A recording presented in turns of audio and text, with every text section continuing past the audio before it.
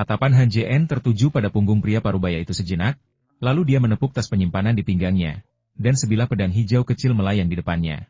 Kedua murid itu menatap tajam ke arah Han Jien. Mata mereka menampakkan keterkejutan. Han Jien menunjuk pedang hijau kecil yang memancarkan cahaya menyilaukan. Ia lalu melompat dan mendarat di atas pedang itu. Saat hendak terbang dengan pedangnya, ia mendengar suara pria parubaya 3 meter darinya. Han Jien, aku sudah lama menunggumu di sini. Kau tidak mau menyapa? Han Jien tahu orang itu sedang menunggunya, karena ia merasakan niat membunuh yang samar ketika tatapannya jatuh pada mereka. Meskipun niat membunuh itu sangat samar, hampir tak terlihat tanpa pengamatan yang cermat, ia yakin niat itu baru muncul saat Han Jien menatap mereka. Oleh karena itu, ia dapat menyimpulkan bahwa orang ini telah datang untuknya. Mendengar pertanyaan itu, Han Jien terpaksa pergi. Kalau tidak, ia akan dianggap tidak sopan. Perlu diketahui bahwa rasa harga diri seorang kultivator sangatlah penting, terutama jika kultivasinya semakin tinggi. Han Jien bergerak cepat, mendarat dari pedang, lalu menangkupkan tangannya ke arah pemuda itu, sambil berkata, murid Han Jien memberi salam kepada paman bela diri. Pemuda itu mendengus dingin, berbalik, dan menatap Han Jien, berkata, begitukah caramu berbicara kepada tetua tertinggi? Pria ini bernama Deng Zucheng, salah satu pelamar Xiao Yuyao. Ia tampak berusia 30-an, agak pendek, lebih pendek satu kepala dari Han Jien. Penampilannya biasa saja, bahkan agak tidak menarik, terutama tatapan matanya yang tajam. Dilihat dari penampilannya saja, ia jelas bukan orang baik. Kata-kata Deng Zucheng jelas provokatif. Tujuannya datang ke sini sederhana memberi pelajaran pada Han Jien. Han Jien mengerutkan kening, tatapannya berubah serius, lalu berkata, Grandmaster, saya rasa saya tidak menyinggung Anda, bukan? Deng Zucheng tertawa dingin, lalu berdiri dan menatap Han Jien, lalu berkata, kau memang tidak menarik, tapi kau cukup pintar. Benar, aku di sini untuk merepotkanmu. Kau bilang kau tidak menyinggung perasaanku. Jadi izinkan aku bertanya, ketika kau pergi ke Pegunungan Sembilan Surga untuk kompetisi, apakah kau pergi bersama Xiao Yuyao? Han Jien mengerutkan kening dan menjawab dengan jujur, ya. Deng Zucheng merasa puas dengan jawaban Han Jien. Ia sudah berencana memberi Han Jien pelajaran jika ia mencoba menyangkalnya. Karena Han Jien begitu bijaksana, ia langsung mengurungkan niat untuk menyerang dan melanjutkan bertanya. Kalau begitu, izinkan saya bertanya, ketika Anda dikejar oleh para kultivator dari berbagai sekte, apakah Anda memeluk Xiao Yuyao? Kedua kalimat itu menekankan Xiao Yuyao, dan bahkan orang bodoh pun tahu bahwa pihak lain itu datang untuknya. Ia dan Xiao Yuyao tidak akan pernah bisa menjadi pasangan surgawi, dan ia tidak ingin menghadapi pelecehan dari seorang pelamar karena Xiao Yuyao. Han Jien menarik napas dalam-dalam, menatap Deng Zucheng, dan berkata, kata demi kata, Paman Guru, katakan saja apa yang ingin kau katakan. Wajah Deng Zucheng memucat, dan ia hampir marah ketika mendengar Han Jien berkata, namun, aku bisa memastikan bahwa aku tidak ada hubungannya dengan Paman Xiao. Dalam situasi itu, jika aku tidak bertindak, Paman Xiao akan berada dalam bahaya besar. Melihat bahwa pihak lain telah memahami kata-katanya, ia menghela napas lega dan melanjutkan, jika Paman Xiao berada dalam bahaya, atau bahkan mati di tangan pihak lain, Paman Xiao tidak akan mau melihatnya, kan? Jika aku melakukan ini, Paman Xiao seharusnya tidak menyimpan dendam kepadaku. Sebaliknya, ia seharusnya berterima kasih kepadaku. Deng Zucheng tertegun mendengar kata-kata ini. Ia tipikal kultivator dengan tingkat kultivasi tinggi tetapi kecerdasannya rendah. Setelah Han Jien selesai berbicara, ia memikirkannya dengan saksama dan sepertinya kata-kata Han Jien masuk akal. Ia berkata tanpa komitmen, setelah mendengar apa yang kau katakan, sepertinya aku harus benar-benar berterima kasih padamu. Jika kau tidak menyelamatkannya, aku khawatir aku tidak akan pernah melihatmu lagi. Han Jien tidak takut dengan serangan pihak lain, tetapi ia tidak ingin membunuh siapapun di istana Kaisar Xuanzong. Melihat peluang untuk menyelesaikan konflik secara damai, ia berkata, Paman Guru, jika kau benar-benar menyukai Paman Guru Xiao, kau boleh mengejarnya dengan berani. Aku. Apa? Mata Deng Zucheng menyipit, dan dia bertanya dengan tergesa-gesa. Han Jien tertawa getir, lalu tersenyum meremehkan, dan berkata, Paman Master, aku hanya murid pendirian yayasan. Jika Anda Grandmaster Xiao, apakah Anda akan mempertimbangkanku? Deng Zucheng mengangguk dan berpikir sejenak, lalu tertawa terbahak-bahak dan berkata, kau benar. Dengan tingkat kultivasimu dan wajahmu yang seperti babi itu, apalagi jika adik junior Xiao tertarik padamu, jika aku seorang wanita, aku pasti tidak akan menginginkanmu. Sambil berbicara, ia berjalan beberapa langkah ke arah Han Jien dan berkata, Han Jien, aku suka apa yang kau katakan. Berlatihlah dengan giat di masa depan, dan aku harap suatu hari nanti kau juga bisa mencapai alam inti emas. Han Jien menangkupkan tangannya dengan rasa terima kasih dan berkata, terima kasih, Paman bela diri. Setelah berkata demikian, Ia memanggil pedang terbangnya dan terbang ke angkasa. Deng Zucheng melirik ke arah Han Jien pergi, pikirannya kembali mengingat kata-kata Han Jien. Semakin ia memikirkannya, semakin ia merasa puas. Ia bahkan secara narsis percaya bahwa Xiao Yuyao menyukainya, dan bahwa hubungan dekatnya dengan Han Jien mungkin hanya cara untuk membalas dendam. Memikirkan hal ini, ia tertawa dan berkata kepada dua kultivator pemurniki di sampingnya, "Kalian berdua pikir aku tampan?" Keringat dingin membasahi dahi mereka. Bagaimana mungkin mereka menjawab pertanyaan seperti itu? Penampilan Deng Zucheng jauh dari kata tampan. Bahkan, menyebutnya jelek pun tidak berlebihan. Kedua pria itu baru berada di tingkat ketiga pemurnian Qi, baru saja tiba di kediaman Kaisar Xuanzong, dan masih belum terbiasa dengan dunia. Ini adalah pertama kalinya mereka menjaga pintu masuk pavilion kitab suci. Pertama kalinya mereka bertemu dengan sesepuh tingkat inti emas, dan pertama kalinya mereka mengalami hal seperti ini. Itulah yang terjadi. Keduanya tercengang dan tak tahu harus menjawab apa untuk sesaat. Melihat keduanya tak menjawab, raut wajah Deng Zucheng langsung berubah muram, dan ia berkata dengan marah, "Apa yang kalian berdua pikirkan? Jawab aku sekarang." Mulut Wang Heng bergerak beberapa kali, tetapi ia tak bisa mengucapkan sepatah kata pun. Melihat wajah Deng Zucheng yang berubah sangat buruk, ia menggertakkan gigi dan berkata dengan takut-takut, "Grandmaster, ini, itu." Deng Zu melambaikan tangannya dengan tidak sabar dan berkata dengan tegas, "Apa maksudmu? Apa? Katakan saja apa yang ingin kau katakan, dan aku tidak akan menyalahkanmu." Wang Heng ragu sejenak, lalu berkata, "Grandmaster, apakah Anda ingin mendengar kebenaran atau kebohongan?" Mendengar ini, raut wajah Deng Zucheng berubah, menunjukkan campuran amarah dan kebencian. Ia berkata, "Katakan yang sebenarnya, bohongi saja. Kalau aku tahu kalian berdua berbohong, aku akan melumpuhkan kultivasi kalian dan mengeluarkan kalian dari sekte." Sambil berkata demikian, ia berpikir, mungkinkah aku terlalu tampan? Mereka tidak tahu harus bersikap bagaimana? Hal ini semakin membingungkannya. Ia merenung, karena aku begitu tampan, mengapa adik junior Xiao tidak mau menerimaku? Mengapa aku harus menunggu bertahun-tahun? Kapan waktunya? Wang Heng melihat wajah Deng Zucheng muram dan ia tampak tidak bercanda. Jika ia berbohong, kultivasinya mungkin akan dihapus dan ia akan dikeluarkan dari sekte. Memikirkan hal ini, wajah Wang Heng menunjukkan ekspresi pasrah, lalu ia menggertakkan gigi dan berkata, "Grandmaster, murid ini berpikir kurasa kau dan kata, tampan, sama sekali tidak ada hubungannya." Sambil berbicara, ia buru-buru berlutut di tanah. Li Ji, yang tak berani bersuara, juga berlutut. Ia bisa membayangkan betapa seriusnya konsekuensi dari kata-kata itu. Deng Zucheng terkejut, tampak tidak mengerti, dan berkata, "Apa katamu? Sama sekali tidak berhubungan. Apa maksudmu? Itu artinya kau jelek." Tiba-tiba sesosok muncul di sampingnya, berubah menjadi Meng Ruyan. Ia mengangkat pakaiannya dan terkikik, penampilannya sungguh menawan. Deng Zucheng memelototi Meng Ruyan dan berkata, "Apa yang kamu lakukan di sini?" Meng Ruyan terkekeh dan berkata, "Aku datang ke sini untuk memberitahumu bahwa selama Han Jien masih hidup, kau tidak akan pernah punya kesempatan untuk mengejarnya seumur hidup ini. Coba pikirkan, adik junior tidak pernah berinteraksi dengan kultivator laki-laki. Jika dia tidak punya perasaan terhadap Han Jien, apakah dia akan membiarkannya memeluknya?" Melihat Deng Zucheng tidak mempercayainya, dia menunjuk Wang Heng dan Li Ji yang berlutut di tanah dan berkata, "Kalau kalian tidak percaya, kalian bisa bertanya kepada mereka." Deng Zucheng menatap keduanya dengan curiga, melihat mereka menundukkan kepala dan tak berani bersuara. Ia langsung murka, mengangkat kepala, dan merau marah, "Han Jien, beraninya kau mencuri pasangan abadiku. Aku tak mau bermain-main denganmu lagi." Setelah itu, ia bahkan tak melihat ke arah kerumunan. Sosoknya tiba-tiba melesat, mengejar Han Jien ke arah yang ditinggalkannya. Han Jien sudah tiba di pintu masuk gua dan hendak mengaktifkan formasi ketika seberkas cahaya melesat ke arahnya. Sebelum orang itu tiba, suara Deng Zucheng terdengar, "Han Jien, beraninya kau berbohong padaku." Melihat ini, Han Jien tahu bahwa pihak lain sudah meragukan kata-katanya.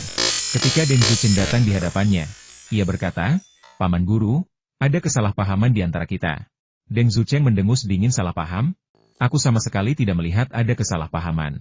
Tatapan mata Han Jien menajam, kilatan niat membunuh melintas di matanya, dan dia bertanya, "Apa yang kau inginkan?"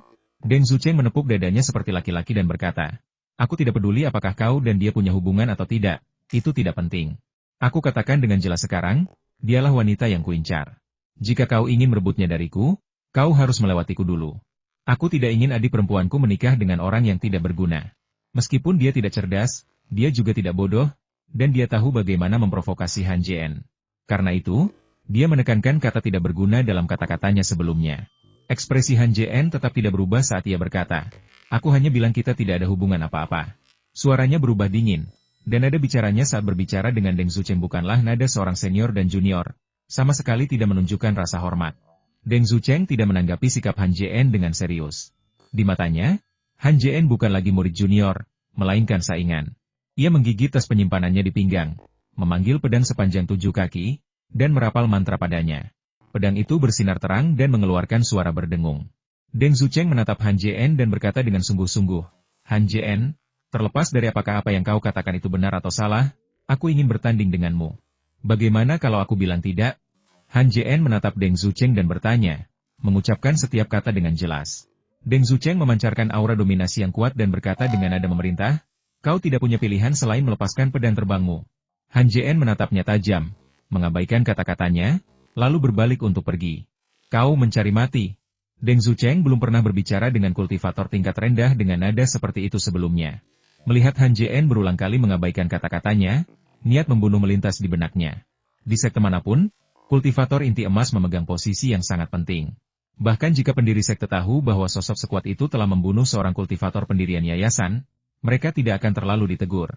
Lagi pula, kultivator pendirian yayasan relatif mudah dikultivasi, tetapi kultivator inti emas sangat sedikit. Tidak ada gunanya menghukum seorang ahli inti emas atas kematian seorang kultivator pendirian yayasan. Pedang panjang itu berputar dengan cahaya, dan di bawah kendali Deng Zucheng, pedang itu berubah menjadi garis lurus, terbang langsung ke arah punggung Han Jien. Ekspresi Han Jien menjadi gelap, dan ia berhenti.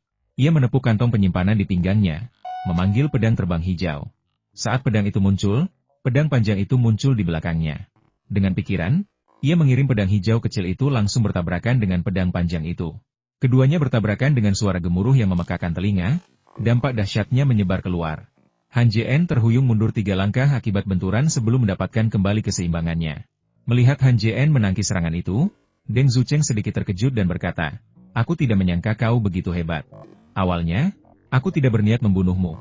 Aku hanya ingin memberimu pelajaran, tapi aku tidak menyangka kau akan membodohiku. Sekarang aku berubah pikiran, kau atau aku yang mati. Sambil berbicara, ia menunjuk pedang panjangnya, dan bila pedang itu kembali berkilauan, menyerang Han Jien sekali lagi. Han Jien bergerak cepat, muncul 10 kaki jauhnya, dan mengendalikan pedang hijau kecil untuk menghadapi serangan itu. Kedua harta magis itu beradu sengit di udara. Setiap benturan menyebabkan sebagian energi spiritual di dalam pedang hijau kecil itu terkuras habis. Bahkan dengan energi spiritual Han Jien yang melimpah, ia tak sanggup menahan pengurasan tersebut. Ia ragu sejenak, lalu mengangkat tangan kanannya dan menunjuk Deng Zucheng. Cahaya putih berkelebat di antara jari-jarinya, langsung menuju Deng Zucheng. Deng Zucheng awalnya tidak menganggap serius Han Jien. Ia yakin bahwa bahkan jika seorang kultivator pendirian fondasi memiliki senjata sihir semu, ia tidak akan sebanding dengannya. Jarak antar kultivator bahkan tidak dapat dijembatani oleh senjata sihir terbaik sekalipun. Namun, ketika ia melihat cahaya putih yang mendekat, raut wajahnya menjadi gelap, dan ia buru-buru mengeluarkan senjata sihir seperti perisai dari tas penyimpanannya dan memegangnya di depannya. Artefak sihir itu seluruhnya berwarna merah, memancarkan panas yang hebat. Ketika cahaya putih mendarat di perisai, terdengar suara dentingan, api di perisai berhamburan, dan cahaya putih itu pun menghilang. Deng Zucheng mengerutkan kening, menatap Han Jien dengan heran, lalu berseru, lumayan, lumayan. Kultivasi pendirian fondasimu sudah cukup untuk melawanku sampai mati. Bahkan jika kau mati, kau punya sesuatu untuk dibanggakan. Sambil berbicara, ia menggerakkan indera ilahinya dan mengunci tubuh Han Jien. Kemudian, Deng Zucheng dengan cepat membuat segel tangan, dan tanah bergetar hebat, melenyapkan semua tanaman dalam sekejap. Tanah bergetar, tetapi Deng Zucheng tampaknya tidak terpengaruh, dan gerakan tangannya menjadi semakin cepat. Wajah Han Jien agak pucat. Ia mengerti bahwa ini adalah pertempuran tersulit yang pernah ada. Setelah membunuh Wang Hu, ia menyadari masalah krusial tanpa jimat binatang, mustahil mengalahkan ahli tahap inti emas. Namun, selama bertahun-tahun, Han Jien lupa membuat jimat, itulah sebabnya pertempuran dengan Wang Hu begitu sulit. Setelah membunuh Wang Hu, Han Jien ingin membuat jimat, tetapi terkejut mendapati bahwa segel giok surgawi tidak mengandung energi spiritual apapun. Kekuatan supernaturalnya seolah lenyap. Ia merenung cukup lama sebelum akhirnya memahami alasannya.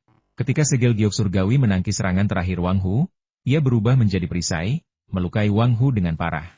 Namun, saat berubah menjadi perisai, ia menghabiskan seluruh kekuatan spiritualnya. Saat ini, Han Jien tidak memiliki jimat apapun, dan segel giok surgawi tidak dapat digunakan. Terlepas dari kemurnian energi spiritualnya dan fakta bahwa pedang hijaunya telah disempurnakan 2 kali, ia tidak dapat dibedakan dari seorang kultivator pendirian fondasi pada tahap awal. Hampir mustahil bagi seorang kultivator pendirian fondasi untuk mengalahkan seorang kultivator inti emas, sebuah fakta yang sangat dipahami Han Jien. Namun sekarang, ia tidak punya pilihan selain bertarung. Jika ia mundur, lawannya pasti akan membunuhnya. Tentu saja, jika ia menyerah dan mempersembahkan jiwanya, Deng Zucheng mungkin akan mengampuninya. Namun mengingat karakter Han Jien, bahkan dalam kematian, ia tidak akan pernah tunduk pada lawannya. Tanah bergetar semakin hebat, dan setiap kali bergetar, energi spiritual yang terkumpul di dalam tubuh Han Jien pun menghilang. Di tanah, bunga, rumput, dan pepohonan yang layu berubah menjadi cairan hijau dan meresap ke dalam tanah. Setelah semua cairan yang terbentuk dari tanaman menghilang di bawah tanah, Deng Zucheng berteriak pelan, mengarahkan tangan kanannya ke suatu titik di depan Han Jien, dan berteriak keras, teknik anggur. Dari sebidang tanah yang ditunjukkan Deng Zucheng, tumbuhlah sebatang tanaman hitam seukuran ibu jari. Tanaman itu tumbuh pesat di bawah cahaya, dengan cepat mencapai tinggi lebih dari 3 zang. Itu adalah tanaman merambat hitam dengan cabang-cabang yang tak terhitung jumlahnya yang bergoyang dan menunjuk dengan mengancam ke arah Han Jien, seolah ingin mencabik-cabiknya. Mata Han Jien berkedip saat ia menatap Deng Zucheng dengan heran, dan ia berkata dengan suara berat, mantra tipe kayu teknik anggur. Ia pernah melihat mantra ini di buku-buku di pavilion kitab suci. Mantra ini sangat sulit untuk diolah, dan ada banyak persyaratan untuk merapalnya. Hanya di gunung dengan vegetasi yang rimbun, yang dipelihara oleh vitalitas tanaman yang tak terhitung jumlahnya, tanaman anggur darah hitam dapat tumbuh. Tanaman anggur ini memiliki daya pertahanan yang sangat tinggi, praktis tahan air dan api. Kultivator di bawah tahap inti emas hanya dapat mematahkannya dengan beberapa mantra saja. Setelah merapal mantra, wajah Deng Zucheng memucat. Tak peduli dengan hilangnya energi spiritual, ia tertawa terbahak-bahak. Lumayan, kultivasimu memang tidak tinggi, tapi kau tahu banyak. Ini benar-benar mantra kayu terkuat di antara mantra tingkat inti emas tanaman anggur darah hitam. Saat menyerap darahmu, ia akan memancarkan cahaya hitam kemerahan yang gelap. Haha. Indra ketuhanan Han Jien terkunci erat oleh lawannya, membatasi pergerakannya hingga radius 100 kaki. Ia menatap tajam tanaman merambat darah hitam di depannya dan mengeluarkan cermin perunggu kuno dari tas penyimpanannya. Melihat cermin perunggu itu, Deng Zucheng sedikit terkejut dan berseru. Cermin perunggu gagak emas, bagaimana bisa sampai di tanganmu? Setelah mengatakan itu, ia seolah menyadari sesuatu, dan matanya berkilat dengan niat membunuh yang semakin kuat. Ia berkata dengan marah, jadi itu sebabnya muridku yang tak berguna itu tiba-tiba menghilang. Ternyata kau yang membunuhnya. Bagus, sangat bagus. Hari ini aku akan membuatmu membayarnya dengan darah. Duel antara keduanya menarik banyak murid untuk menonton. Kebanyakan dari mereka adalah kultivator tahap pemurnian Qi, dan ada juga beberapa tetua tahap pembentukan fondasi. Sedangkan untuk para ahli tahap inti emas, entah kenapa, tidak ada satupun yang muncul. Di antara para kultivator ini adalah guru Han Jien saat ini. Ketika Dong Huan melihat cermin perunggu itu, matanya terbelalak kaget. Jadi itu sebabnya dia mati. Dia dibunuh oleh Han Jien. Han Jien ini benar-benar hebat. Dia membunuh Xie Qichao bahkan sebelum mencapai tahap pembentukan fondasi. Untungnya, aku tidak menyentuhnya saat itu. Ketika melihat Deng Zucheng mengangkat tangan Han Jien, ia mencibir dalam hati dan berkata dengan bangga, Han Jien, sekuat apapun dirimu, kau akan mati di sini hari ini. Xia Homing menatap Han Jien, mendengus dingin, dan berkata, Han Jien, meskipun kau kuat, kau tak punya peluang untuk bertahan hidup di bawah mantra ini. Ia bertanya-tanya mengapa Han Jien tidak mengeluarkan jimat binatang yang ia gunakan di lembah 9 surga. Jika ia mengeluarkan jimat binatang itu, ia mungkin takkan mampu mematahkan mantra Deng Zucheng, tetapi ia akan memiliki peluang untuk bertarung, dan situasinya tidak akan sepihak seperti sekarang. Deng Zucheng merapal mantra ini karena ia melihat kekuatan Han Jien yang luar biasa. Baik pedang hijau kecil maupun teknik jari spiritualnya hampir tak terkalahkan di antara para kultivator di alam yang sama. Mengingat rumor tentang Han Jien dari para kultivator yang kembali dari lembah 9 surga, ia yakin para murid itu tidak berbohong. Han Jien jelas memiliki jimat binatang. Mengetahui jimat tersebut dapat membunuh para ahli tingkat inti emas, Deng Zucheng bertekad untuk membunuh Han Jien. Karena ia sudah bergerak, ia akan membunuhnya dengan segala cara untuk mencegah Han Jien membalas dendam nanti ketika kultivasinya meningkat. Para kultivator pemurni Qi yang berdiri di dekatnya sebagian besar menyaksikan seorang kultivator inti emas melepaskan sihir untuk pertama kalinya, dan wajah mereka berseri-seri karena kegembiraan, berharap suatu hari nanti dapat mencapai level Deng Zucheng. Tentu saja, semua kultivator ini menunjukkan ekspresi geli yang acuh tak acuh, dan kecuali beberapa murid perempuan, tak seorang pun bersimpati dengan Han Jien. Dunia kultivasi pada dasarnya adalah dunia survival of the fittest. Mereka yang berlevel kultivasi lebih tinggi dihormati, dan mereka yang berlevel lebih rendah dibenci. Sambil menyaksikan tayangan itu, Para penggarap itu tak lupa berdiskusi dan berbisik-bisik di antara mereka. Apakah ini mantra seorang ahli tahap inti emas? Sungguh menakjubkan. Penatua itu bahkan lebih kuat. Dia benar-benar berhasil membuat penatua tertinggi menggunakan mantra sekuat itu. Aku ingin tahu apakah dia bisa menahannya. Kurasa itu mustahil. Tahap pendirian yayasan dan tahap inti emas bahkan tidak setara. Sekuat apapun dia tidak bisa menghentikannya. Aku benar-benar tidak tahu bagaimana dia bisa menyinggung tetua tertinggi. Sampai tetua tertinggi benar-benar menggunakan mantra sekuat itu untuk membunuhnya. Tak satupun kultivator di sekitarnya, baik murid pemurnian Qi maupun tetua pendirian fondasi, percaya Han Jien mampu mengalahkan Deng Zucheng. Semua orang yakin Han Jien sudah ditakdirkan. Beberapa bahkan berpikir ia akan mati dengan mengerikan, jiwanya tercerai-berai. Sayang sekali San Yu tidak ada di sana. Setelah kembali dari Gunung Sembilan Surga, ia mengasingkan diri untuk berkultivasi. Jika ia ada di sini, mungkin hanya ia yang akan mendukung Han Jien. Mendengar diskusi orang banyak, Deng Zucheng tertawa dan berkata, Han Jien, kau dengar itu? Tak seorang pun bisa menyelamatkanmu hari ini. Kau boleh bangga mati di bawah tanaman merambat darah hitam. Sambil berbicara, ia menggigit telapak tangannya, dan setetes darah mengalir keluar, terbungkus energi spiritual dan menggantung di jarinya. Kemudian, ia menunjuk tajam ke arah darah hitam itu, dan setetes darah esensi itu pun melayang. Alis Han Jien berkedut, dan dia cepat mengangkat tangan kanannya, menunjuk ke arah esensi darah yang berterbangan. Cahaya putih bertabrakan dengan darah esensi di udara. Dengan sekali hentakan, energi spiritual yang menyelimuti darah esensi hancur berkeping-keping oleh cahaya putih. Begitu cahaya putih mengenai darah esensi, ekspresi Deng Zucheng berubah drastis.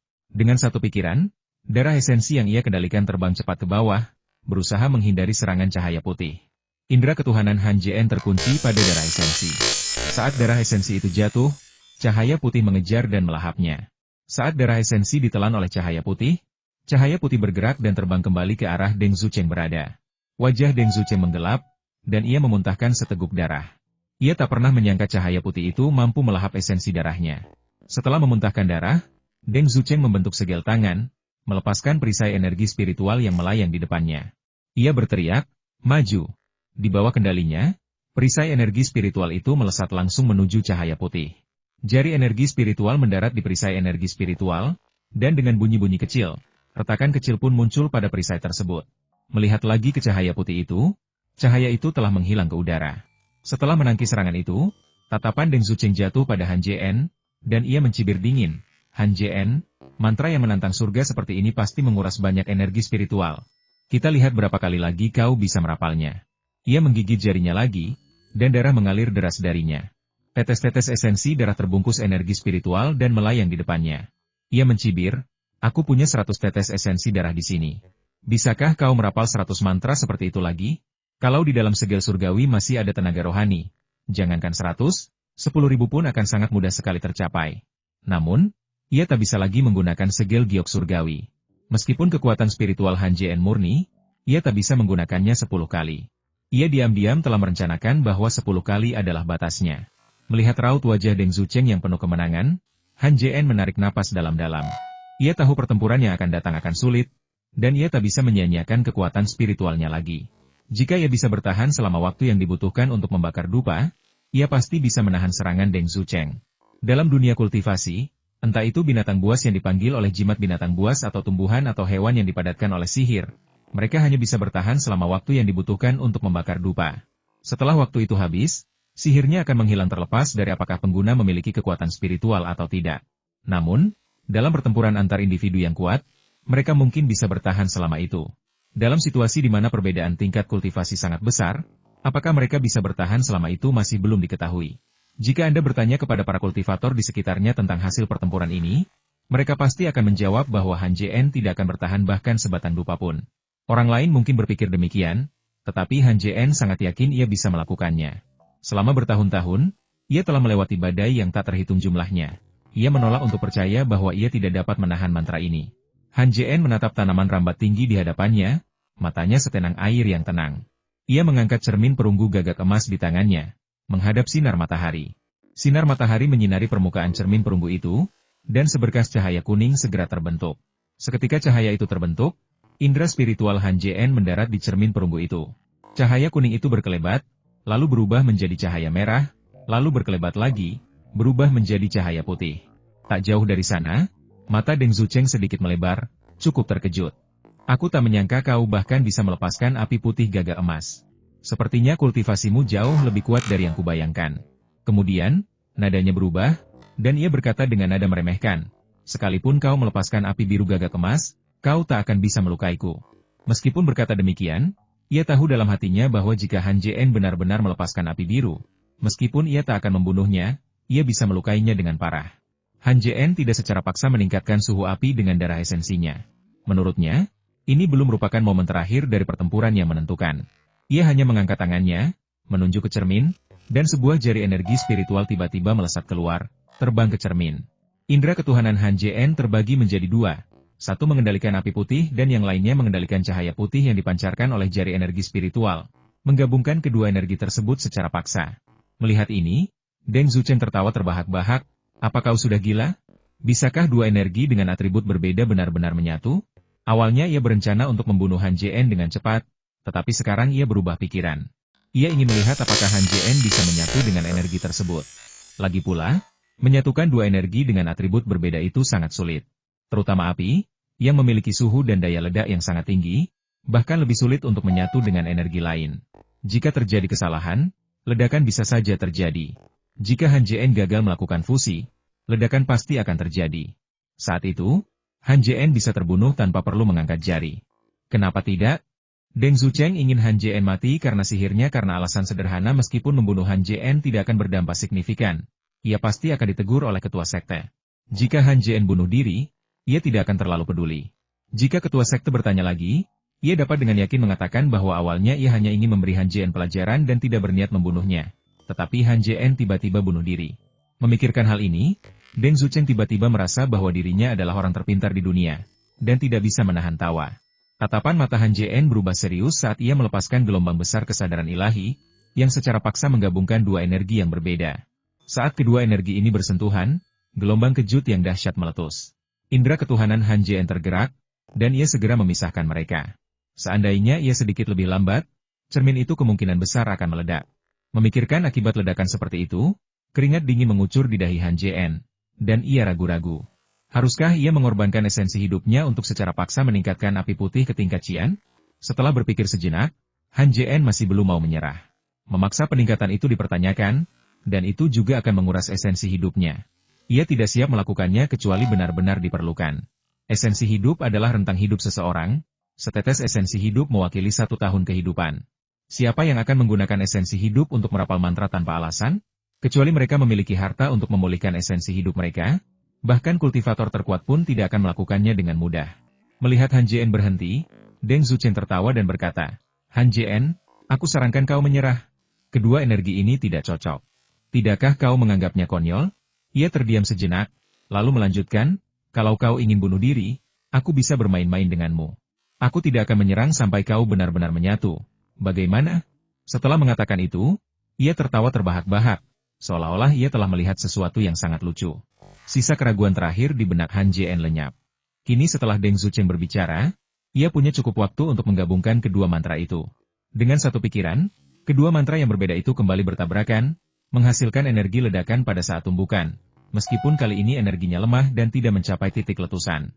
Han Jien tersentak, memperlambat langkahnya saat kedua mantra itu bertabrakan dengan lembut. Prosesnya sangat lambat. Begitu lambatnya sehingga Deng Zucheng menjadi agak tidak sabar, dan murid-murid di sekitarnya tidak dapat menahan diri untuk membicarakannya lagi. Apakah menurutmu dia bisa berhasil? Menurutku pendekatannya konyol. Benar sekali. Jangankan dua energi berbeda yang menyatu, menyatukan dua energi identik saja sulit. Kurasa dia sudah gila. Mustahil bagi tetua itu untuk mengalahkan sihir tetua tertinggi, jadi dia menemukan metode ini. Jika berhasil, dia mungkin bisa menghancurkan tanaman merambat itu. Jika gagal, energi dari ledakan itu akan cukup untuk membunuhnya. Xia Homing, yang berdiri di samping, mendengus dingin dan berkata, dia selalu suka menantang para ahli tahap inti emas. Suatu hari nanti dia akan mati di tangan seorang ahli tahap inti emas. Mendengar hal itu, murid-murid di dekatnya tak kuasa menahan diri untuk mendekat, dan salah seorang di antara mereka bertanya, kakak keempat, apa pendapatmu tentang sesepuh itu? Xia Homing mengerucutkan bibirnya dan berkata dengan nada meremehkan, bagaimana mungkin aku tidak mengenalinya? Dia adalah kultivator yang melarikan diri bersama Tuan Xiao saat kompetisi lembah 9 surga. Mendengar ini, semua orang terkesiap kaget. Kultivator perempuan itu, Khususnya, menunjukkan ekspresi gembira dan berceloteh. Wow! Dia kakak senior itu. Dia sungguh hebat. Dia mampu membunuh begitu banyak ahli tahap inti emas berturut-turut. Seorang murid perempuan cantik yang berdiri di dekatnya mengingatkannya, kakak senior Zhang. Dia telah berhasil mendirikan yayasannya dan menjadi seorang penatua. Kultivator yang dikenal sebagai kakak senior Zhang itu menjulurkan lidahnya dan terkekeh. Hehe, aku terlalu bersemangat tadi sampai lupa. Kuharap dia bisa mengalahkan. Ia berhenti sejenak, memperhatikan raut wajah aneh para murid di sekitarnya, lalu dengan canggung menambahkan, bukan itu maksudku. Maksudku, kuharap dia bisa menggabungkan kedua mantra itu. Setelah mengatakan ini, ia melirik Deng Zucheng yang tak jauh darinya dan, melihat bahwa Deng Zucheng tidak marah, ia menghela napas lega. Ekspresi penyesalan muncul di mata semua orang, dan mereka semua menoleh ke arah Han Jian. Meskipun Dong Huan tidak membahas Han Jian dengan para kultivator pemurni Qi, ia tidak yakin Han Jian bisa menyatu dengan energi tersebut. Ia berpikir, meledak, meledak, meledakanmu, dasar bajingan kecil. Alis Han Jian berkerut, seluruh fokusnya terpusat pada proses penyatuan dua energi di dalam cermin perunggu gagak emas. Satu langkah salah, dan ia takkan menyesalinya. Proses penyatuan berlangsung cepat, hanya butuh waktu setengah batang dupa untuk menyatu setengahnya. Deng Zucheng, yang berdiri di samping, kehilangan kesabaran dan mendengus dingin. Han Jian, kapan kau akan selesai menyatu? Kalau kau selambat ini, aku harus menunggu di sini lama sekali. Ia berpikir sejenak, lalu mengacungkan 5 jari ke arah Han Jian, berkata, ku beri kau 10 tarikan napas. Kalau kau masih belum bisa menyatu, aku harus bertindak. Mendengar ini, semua orang tercengang. 10 tarikan napas berlalu dalam sekejap mata, yang sama saja dengan tidak memberi Han Jian waktu sama sekali. Para kultivator wanita yang mengidolakan Han Jian tak kuasa menahan diri untuk protes. Namun, mereka protes dalam hati, tak punya nyali untuk menantang sesepuh tahap inti emas. Melakukannya sama saja dengan bunuh diri. Sebagian besar kultivator pria menganggap Xiao Yuyao sebagai dewi mereka. Setelah mengetahui identitas Han Jian, mereka dipenuhi rasa iri dan cemburu. Beberapa bahkan mengumpat, ledakan dia. Bajingan seperti itu seharusnya sudah mati sejak lama. Mendengar kata-kata Deng Zucheng, Han Jian merasakan fluktuasi halus dalam kesadarannya. Di saat genting seperti ini, fluktuasi sekecil apapun bisa berakibat fatal. Penggabungan kedua mantra itu tiba-tiba dipercepat, dan fluktuasi ledakan itu semakin kuat. Hanya dalam setengah tarikan napas, seluruh cermin perunggu mulai bergetar hebat akibat fluktuasi ini, mengeluarkan suara berdengung. Dahi Han Jian bermandikan keringat dingin. Ia menggertakkan gigi, mencoba memisahkan kesadarannya dari kedua mantra itu, tetapi mendapati kesadarannya seolah telah menjadi bagian dari mantra itu. Mustahil untuk dipisahkan. Tanpa berpikir panjang, Han Jian melempar cermin perunggu di tangannya. Tetapi begitu ia mengayunkan lengannya, energi yang sangat besar memancar dari cermin itu, mencengkeram telapak tangannya erat-erat. Ia sama sekali tidak bisa membuang cermin itu. Deng Zucheng, yang berdiri di samping, hampir tertawa terbahak-bahak, berseru, Han Jian, kau lihat? Bahkan surga pun berpihak padaku. Namun, tawanya tiba-tiba terhenti sedetik kemudian. Tak hanya itu, raut wajah Deng Zucheng pun berubah drastis, dari tawa maniak menjadi bingung, lalu terkejut. Akhirnya, matanya terbelalak tak percaya. Cermin perunggu gagak emas berayun semakin cepat, hampir terlepas dari genggaman Han Jian dan melayang ke angkasa. Saat itu, sesuatu yang tak terduga terjadi. Cermin itu tiba-tiba memperlambat ayunannya dan memancarkan cahaya putih yang menyilaukan. Cahaya putih itu seolah mengandung energi tak terbatas. Bahkan Deng Zucheng, seorang kultivator inti emas, memejamkan mata begitu cahaya itu muncul. Kemudian, Deng Zucheng membuka matanya, keraguan di matanya lenyap. Ketika ia memfokuskan indera keilahiannya pada cermin perunggu, ia tercengang. Ia sungguh tak percaya bahwa dua energi yang hampir meledak itu benar-benar menyatu, berubah menjadi api putih. Api itu mengandung energi yang luar biasa besar, dan sekilas pandang saja sudah membuatnya merinding. Meskipun butiran keringat besar menetes dari dahi Han Jian, matanya tampak sangat cerah, bahkan menunjukkan sedikit kegembiraan. Tidak bagus, Deng Zucheng berteriak dalam hati, mengarahkan setetes darah esensinya ke orang di depannya. Di bawah kendalinya, setetes darah esensi itu melesat dengan kecepatan luar biasa menuju sulur-sulur darah hitam di depan Han Jian. Bersamaan dengan itu, Deng Zucheng dengan cepat membentuk segel tangan dan berteriak, darah esensi sebagai pemandu, kekuatan spiritual sebagai benangnya, mantranya sempurna, langit dan bumi akan musnah transformasi sulur. Melihat setetes darah esensi terbang menuju tanaman merambat darah hitam, Han Jian sangat ingin menghentikannya. Tetapi energi spiritualnya sudah sangat terkuras, membuatnya mustahil untuk merapal mantra. Meskipun ia tahu bahwa setetes darah esensi yang mendarat di tanaman merambat darah hitam pasti akan menyebabkannya bermutasi, Ia tak berdaya dan hanya bisa menyaksikan tanpa daya darah esensi itu terbang menjauh. Sari darah mengalir ke tanaman merambat, menghilang ke dalam cabang-cabang, lalu melepaskan cahaya berdarah redup. Kilatan cahaya merah tua muncul, dan warna seluruh tanaman merambat itu berubah drastis. Pertama dari hitam menjadi merah, dan akhirnya dari merah menjadi hitam keunguan. Pada saat yang sama, tanaman merambat darah hitam itu tampak cerdas, mengayunkan ribuan cabang untuk menyerang Han Jien, dan tiba di hadapannya dalam sekejap mata. Tatapan Han Jien menajam, indera ilahinya terfokus pada cermin perunggu. Kemudian, ia mengarahkan jarinya ke permukaan cermin, dan api putih tiba-tiba melesat keluar. Begitu muncul, Han Jien terkejut mendapati bahwa mantra gabungan ini berbeda dari yang sebelumnya. Penampilan api tetap tidak berubah, tetapi bagian dalamnya telah berubah, menjadi sebening kristal bunga es. Bagian luar api sama sekali tidak panas, bahkan terasa dingin, seolah-olah tidak terbentuk dari api yang terkondensasi, melainkan dari patung es. Melihat perubahan mendadak ini, bukan hanya Han Jien yang tercengang, tetapi bahkan Deng Zucheng tampak terkejut dan berseru, "Ice Seven Flame, bagaimana kau tahu sihir kuno yang telah lama hilang?" Han Jien tak sempat memikirkan mantra macam apa api langit es itu. Melihat ranting-ranting anggur yang berterbangan, ia mengaktifkan indera ilahinya. Di bawah kendalinya, api yang menyerupai bunga es itu melesat cepat ke arahnya. Dalam sekejap, kedua mantra itu bertabrakan. Untuk sesaat, dunia seakan membeku, dan tatapan semua orang tertuju pada ranting-ranting anggur darah hitam itu. Kemudian, sebuah pemandangan yang luar biasa terjadi saat api es bertabrakan dengan tanaman merambat. Sebuah ledakan terjadi, menghasilkan gelombang kejut dahsyat yang berasal dari titik tumbukan. Kekuatan tak terlihat menyebar keluar, dan cabang-cabang tanaman merambat berdarah hitam menghilang akibat tumbukan tersebut. Dalam sekejap mata, tanaman merambat raksasa itu lenyap dari pandangan semua orang. Gelombang kejut itu begitu kuat sehingga setelah menghancurkan tanaman merambat darah hitam, ia langsung menuju ke Deng Zucheng. Deng Zucheng bergerak cepat, melesat lurus ke langit. Meskipun kecepatannya tinggi, kecepatannya tak mampu menandingi kecepatan gelombang kejut. Begitu gelombang kejut itu menyusul, ia buru-buru mengeluarkan sejumlah besar artefak sihir pertahanan dari tas penyimpanannya dan meletakkannya di depannya.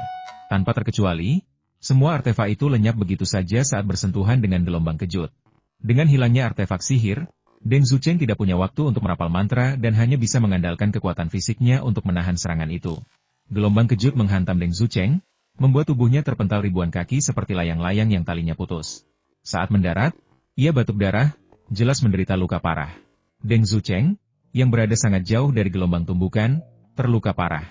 Han Jien, yang berada sangat dekat, apa akibatnya? Begitu gelombang kejut itu muncul, indera ketuhanan Deng Zucheng yang selama ini terkunci padanya lenyap. Ia menghindar mundur dalam sekejap. Saat ia mundur, gelombang kejut itu mencapainya. Saat itu juga, ia merasakan kematian dan buru-buru mengeluarkan segel giok dao surgawi dari tas penyimpanannya, menggenggamnya erat-erat. Sayangnya, segel giok dao surgawi yang telah menyelamatkannya berkali-kali, kali ini terbukti tidak berguna. Tubuhnya ditelan tanpa ampun oleh gelombang kejut itu. Ketika gelombang kejut melewati tubuh Han Jien, meskipun tidak runtuh seperti yang diperkirakan semua orang, tubuhnya masih penuh luka. Napasnya nyaris tak terdengar, wajahnya yang pucat tak berwarna, dan jantungnya yang tadinya berdetak kencang telah berhenti. Tubuhnya jatuh lurus ke belakang, dan seketika itu juga, seberkas cahaya terbang masuk, menangkapnya, dan membawanya ke langit. Kecepatan sosok yang menakjubkan ini begitu cepat sehingga tidak ada satupun pembudidaya yang hadir, kecuali Deng Zucheng, yang dapat melihatnya dengan jelas. Deng Zucheng menatap ke arah Jing Hong pergi, lalu berkata dengan dingin, "Adik, dia sudah mati. Apa kau tertarik pada mayat?" Seolah-olah dia tidak mendengar kata-kata Deng Zucheng, pemilik Jing Hong terus terbang dengan kecepatan yang tidak berkurang. Di dalam gua Xiao Yuyao, ia tiba-tiba membuka matanya. Tatapannya tertuju pada suatu arah yang samar. Ia tergagap, "Ada apa? Kenapa aku begitu bingung? Apa terjadi sesuatu?" Saat itu, sebuah jimat transmisi terbang ke dalam gua.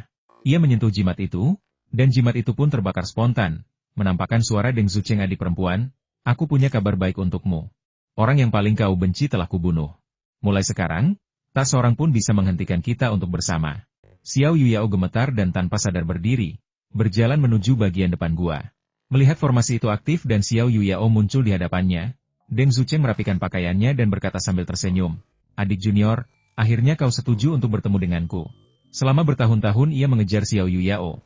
Xiao Yuyao belum pernah sekalipun keluar untuk menemuinya, dan ia merasa sangat tersanjung. Ia tak bisa menahan perasaan bahwa membunuh Han Jien adalah hal terbaik yang pernah ia lakukan dalam hidupnya. Wajah Xiao Yuyao sedingin es saat dia melirik Deng Zucheng dan bertanya, "Siapa yang kau bunuh?" Deng Zucheng tersenyum tipis dan berkata, Han Jien, kudengar dia ingin mengejarmu, jadi aku bertindak.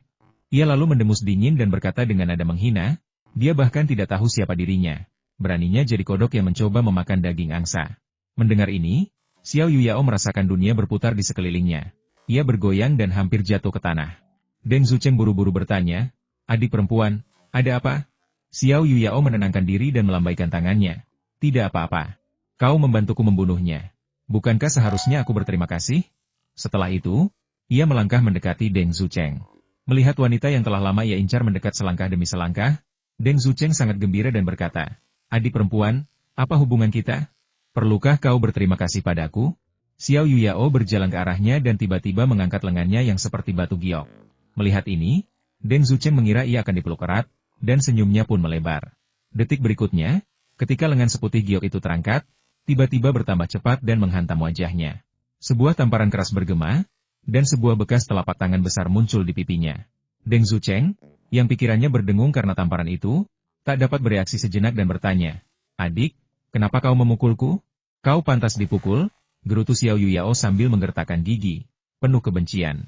Kemudian, sosoknya melesat, dan ia terbang lurus ke langit. Deng Zucheng menatap ke arah kepergiannya, tanpa frustrasi. Hingga hari ini, ia masih belum tahu di mana kesalahannya. Setengah jam kemudian, Xiao Yuyao tiba di puncak gunung yang diselimuti kabut. Di hadapannya terbentang sebuah gua, formasi susunannya tidak aktif. Setelah sedikit ragu, ia melangkah masuk. Baru beberapa langkah ia melangkah ketika terdengar suara seorang wanita, adik perempuan, aku tahu kau pasti datang. Xiao Yuyao mempercepat langkahnya dan tiba di gua. Setelah melirik Han Jien yang terbaring di ranjang kayu, ia merasa sangat tertekan dan sedikit tercekat, lalu berkata, bagaimana keadaannya? Matanya penuh kekhawatiran, jelas tidak ingin melihat Han Jien dalam kondisi seperti ini. Ia bahkan merasa sedikit menyesal karena tidak menghentikan Deng Zucheng saat ia bergerak.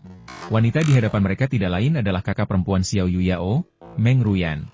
Meng Ruyan melirik Han Jien, lalu Xiao Yuyao, dan berkata, aku penasaran, jika kamu tidak lagi tertarik padanya, mengapa kamu datang ke sini? Xiao Yuyao tidak menjawab pertanyaannya, tetapi mengulanginya, aku bertanya padamu, bagaimana keadaannya? Meng Ruyan tersenyum tipis dan berkata, aku sudah memberinya pil permajaan 9 putaran. Aku tidak tahu apakah dia akan selamat, tapi untuk saat ini dia tidak akan mati. Sambil berbicara, ia mengangkat sebelah alisnya ke arah Xiao Yuyao, seolah berkata, aku sudah menjawab pertanyaanmu.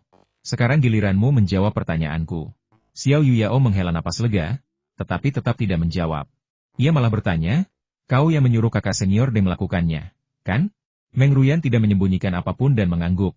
Berkata, benar. Karena kamu tidak punya perasaan padanya, mengapa aku tidak memberinya kehidupan baru dan menjadikannya pasangan abadiku? Xiao Yuyao merasakan gelombang kemarahan dan melotot ke arah kakak perempuannya. Mengucapkan setiap kata dengan jelas, tidakkah menurutmu ini tidak tahu malu? Meng Ruyan tidak marah. Ia tersenyum tipis dan berkata, adik perempuan, kalau kau tidak menginginkan seorang pria, bolehkah aku? Kemudian, ia mengganti topik pembicaraan dan berkata, apakah kau punya perasaan padanya? Kalau begitu, katakan saja, dan aku akan mengembalikannya padamu sekarang juga. Mata Xiao Yuyao dipenuhi emosi yang rumit, dan ia tak tahu harus menjawab apa untuk sesaat. Setelah beberapa saat, ia menggigit bibir bawahnya dan berkata, aku tidak tertarik padanya. Kalau kau menyukainya, kau boleh memilikinya. Setelah berkata begitu, ia bahkan tak menatap Meng Ruyan dan berbalik untuk pergi. Melihat sosok Xiao Yuyao yang menjauh, bibir Meng Ruyan melengkung membentuk senyum kemenangan saat dia berkata perlahan, adik perempuan, kau sendiri yang mengatakannya, jadi jangan menyesalinya nanti. Langkah Xiao Yuyao tiba-tiba terhenti, lalu ia mempercepat langkahnya dan langsung menuju keluar gua. Meng Ruyan terkekeh pelan, lalu berjalan menuju ranjang kayu tempat Han Jien berbaring. Dengan jentikan pergelangan tangannya, ia meletakkan tangannya di dahi Han Jien dan berkata lembut, kau memang agak polos, tapi tidak buruk rupa. Aku benar-benar tidak tahu apa yang disukai adik perempuanku darimu. Sambil berbicara, ia meraih tangan Han Jien, dengan sorot puas di matanya, dan bergumam pada dirinya sendiri, mulai hari ini, kaulah priaku, pria Meng Ruyan. Tatapan Meng Ruyan tiba-tiba jatuh ke tangan Han Jien. Sedikit keraguan melintas di matanya. Meski Han Jien tidak sadarkan diri, tangan kanannya terkepal erat, seakan-akan ia menggenggam sesuatu yang tidak akan pernah dilepaskannya, bahkan saat ia mati. Melihat ini, Meng Ruyan tak kuasa menahan rasa penasaran. Ia mencoba melepaskan tangan kanan Han Jien, tetapi sekuat tenaga, ia tak mampu. Wajahnya dipenuhi rasa frustrasi. Ia hendak menggunakan kekuatan spiritualnya untuk melepaskan tangan Han Jien. Tetapi ia takut jika ia tidak mengendalikan kekuatan spiritualnya dengan baik, ia akan melukai Han Jien dengan serius. Han Jien sudah diambang kematian. Jika terjadi sesuatu padanya, semua kerja keras yang telah ia lakukan beberapa hari terakhir ini akan sia-sia. Setelah mempertimbangkan dengan matang, Meng Ruyan terpaksa menyerah, dan berkata dengan lesu, benda apa ini yang dipegang begitu erat? Ia sudah memutuskan bahwa setelah luka Han Jien membaik, ia akan mencungkil tangannya dengan paksa untuk melihat apa yang dipegangnya. Setelah Han Jien meminum pil permajaan 9 putaran, luka-lukanya sembuh dengan cepat, dan detak jantungnya yang sempat terhenti mulai berdetak kembali. Namun, frekuensi detaknya sangat lambat, sehingga orang khawatir detaknya akan berhenti lagi. Wajah pucatnya perlahan kembali merona, dan napasnya yang nyaris tak terdengar perlahan kembali normal. Semuanya bergerak ke arah yang positif. Sebulan kemudian, luka Han Jien hampir pulih.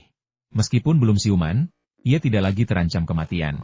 Meng Ruyan tetap duduk di samping tempat tidur Han Jien. Tiba-tiba, ia berdiri dan sekali lagi membuka paksa tangan kanan Han Jien yang sedang menggenggam segel giok dao surgawi. Kali ini, ia menggunakan kekuatan spiritualnya. Kilatan cahaya putih muncul di tangannya, dan gelombang kekuatan memasuki telapak tangan Han Jien. Tangan Han Jien yang terkepal erat perlahan terbuka. Wajahnya berseri-seri karena kegembiraan, dan ia meningkatkan aliran kekuatan spiritualnya.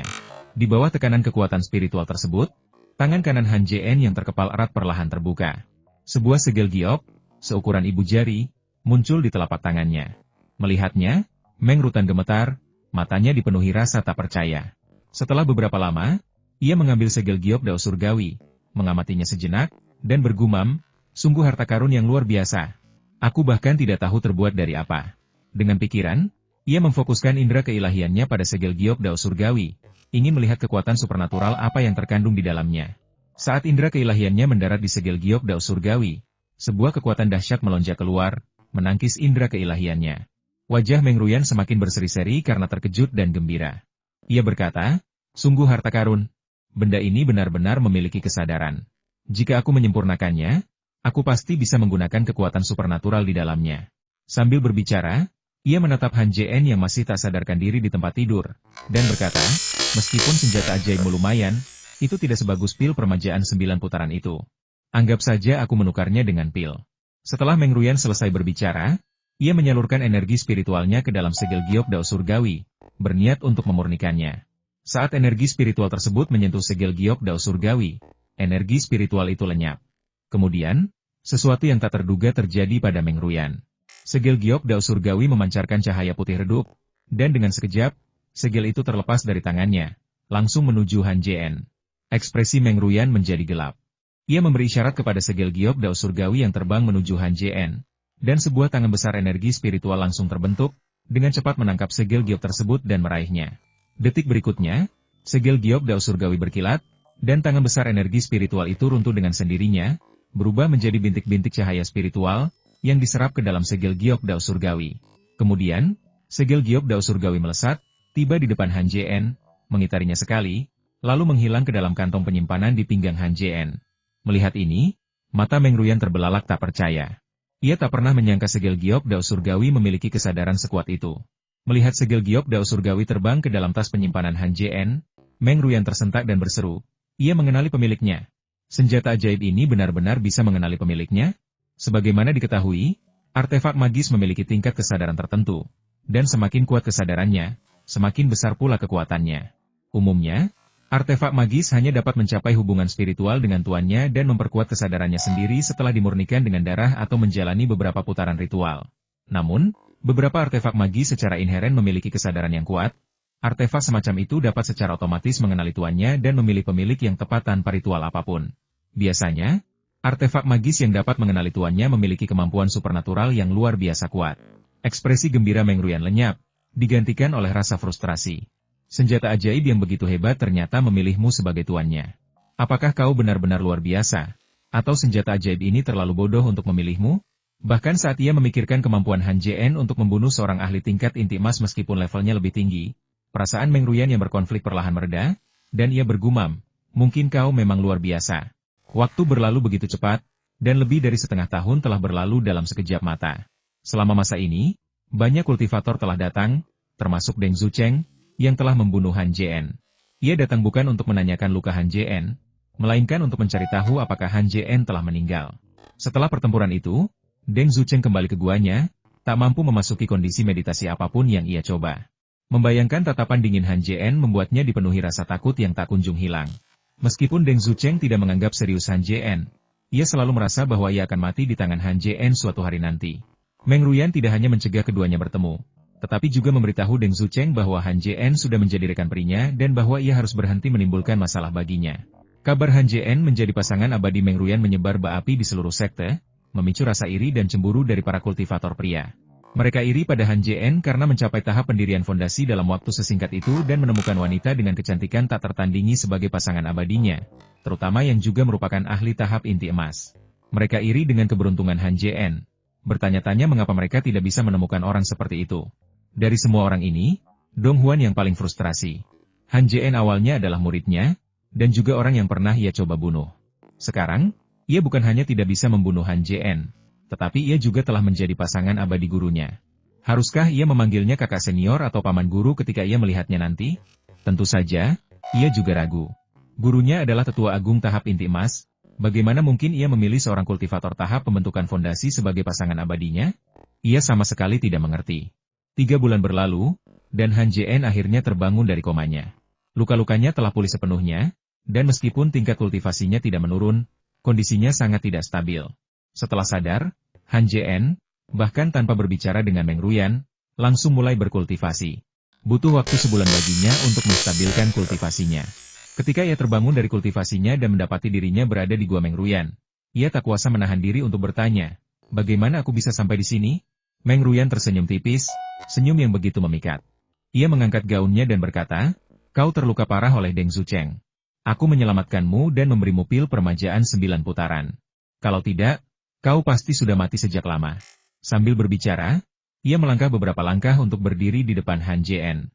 Dari jarak sedekat itu, Han Jien bahkan bisa mencium aroma samar yang terpancar darinya. Han Jien tanpa sadar mundur selangkah dan berkata dengan canggung, Paman Guru, ada perbedaan antara pria dan wanita. Meng Ruyan tersenyum lembut dan berkata, apa maksudmu dengan perbedaan antara pria dan wanita? Mulai hari ini, kau adalah pasangan abadiku. Mungkin ini pertama kalinya ia mengucapkan kata-kata sepenuh hati seperti itu kepada seorang pria, dan rona merah samar langsung muncul di wajah cantiknya. Han Jien terkejut dan berkata, apa katamu? Aku. Ia hampir menyelesaikan kalimatnya ketika tiba-tiba menyadari tangannya kosong. Ia gemetar, menatap Meng Ruyan, dan berkata, di mana barang-barangku? Meng Ruyan mengangkat bahu dan tertawa. Maksudmu segel giok putih itu? Sudah ada di tas penyimpananmu. Han Jien mengerutkan kening, indera ilahinya menembus kantong penyimpanan. Ia menemukan segel giok dao surgawi di dalamnya dan menghela napas lega. Kemudian, ia menatap Meng Ruyan dan bertanya, apa maksudmu tadi? Meng Ruyan menatap Han Jien dari atas ke bawah, semakin puas. Ia tersenyum dan berkata, apalagi artinya? Mulai hari ini, kaulah lelakiku. Bagaimana kalau aku bilang tidak? Han Jien menatap Meng Ruyan dan berkata, mengucapkan setiap kata dengan jelas. Meng Ruyan tampaknya telah mengantisipasi tanggapan Han Jien, dan alih-alih marah, ia malah berkata, kau tidak punya pilihan sekarang. Jika kau tunduk padaku, kau bisa terus berkultivasi di sekte ini. Jika tidak, kau lebih tahu konsekuensinya daripada aku, kan? Setelah mengatakan ini, ia menyadari bahwa ia telah bertindak terlalu jauh, dan suaranya melembut saat ia berkata dengan lembut, Han Jien, aku tahu kau tidak bisa melupakannya, tapi perasaanku padamu tulus. Kau tidak boleh mengecewakanku. Han Jien semakin mengernyit. Ia tahu bahwa dia yang dimaksud Meng Ruyan adalah Xiao Yuyao. Ia menarik napas dalam-dalam dan berkata, Paman Tuan, aku tidak punya hubungan dengan Paman Tuan Xiao. Dulu tidak ada, sekarang tidak ada, dan di masa depan tidak akan ada. Ia terdiam sejenak dan melanjutkan, begitu pula dengan kita. Tidak akan ada masa depan di antara kita. Wajah Xiao Yuyao memucat, dan ia berkata, benarkah? Ia mengganti topik pembicaraan, suaranya menjadi serius, namun, kau tidak punya pilihan lain hari ini. Ia mengeluarkan sebuah botol merah muda dari tas penyimpanannya, membukanya, dan aroma yang kaya memenuhi udara. Dengan jentikan lengan panjangnya, angin sepau-sepau bertiup, membawa aroma itu ke Han Jien. Han Jien tanpa sadar berhenti bernapas dan berkata, Paman Guru, tolong pikirkan baik-baik. Hubungan yang dipaksakan tidak akan pernah bahagia. Aku tidak peduli manis atau tidak, yang penting aku suka. Meng Ruyan tersenyum tipis, matanya menatap Han Jien. Matanya yang cerah bagaikan air, memancarkan emosi yang kuat. Sambil menatap Han Jien, ia melepas pakaiannya. Kain kasa tipis itu dilepas dan perlahan terlepas dari tubuhnya, memperlihatkan bahunya yang putih dan lembut, seputih giok. Saat kerudungnya tersingkap, Meng Ruyan terlihat mengenakan pakaian dalam tipis namun ketat yang menonjolkan lekuk tubuhnya. Matanya berkedip, memancarkan daya tarik yang tak tertahankan, dan ia berkata dengan suara merdu, Han Jien, mulai hari ini, kau milikku. Melihat pemandangan di depannya, Han Jien merasakan darahnya berdesir. Ia segera berbalik dan berkata, Grandmaster, jika Anda terus seperti ini, saya akan pergi dengan paksa. Meng Ruyan mengedipkan bulu matanya dan tersenyum tipis. Aku sudah memasang formasi yang tak terhitung jumlahnya di sekitar gua. Kau tidak boleh pergi.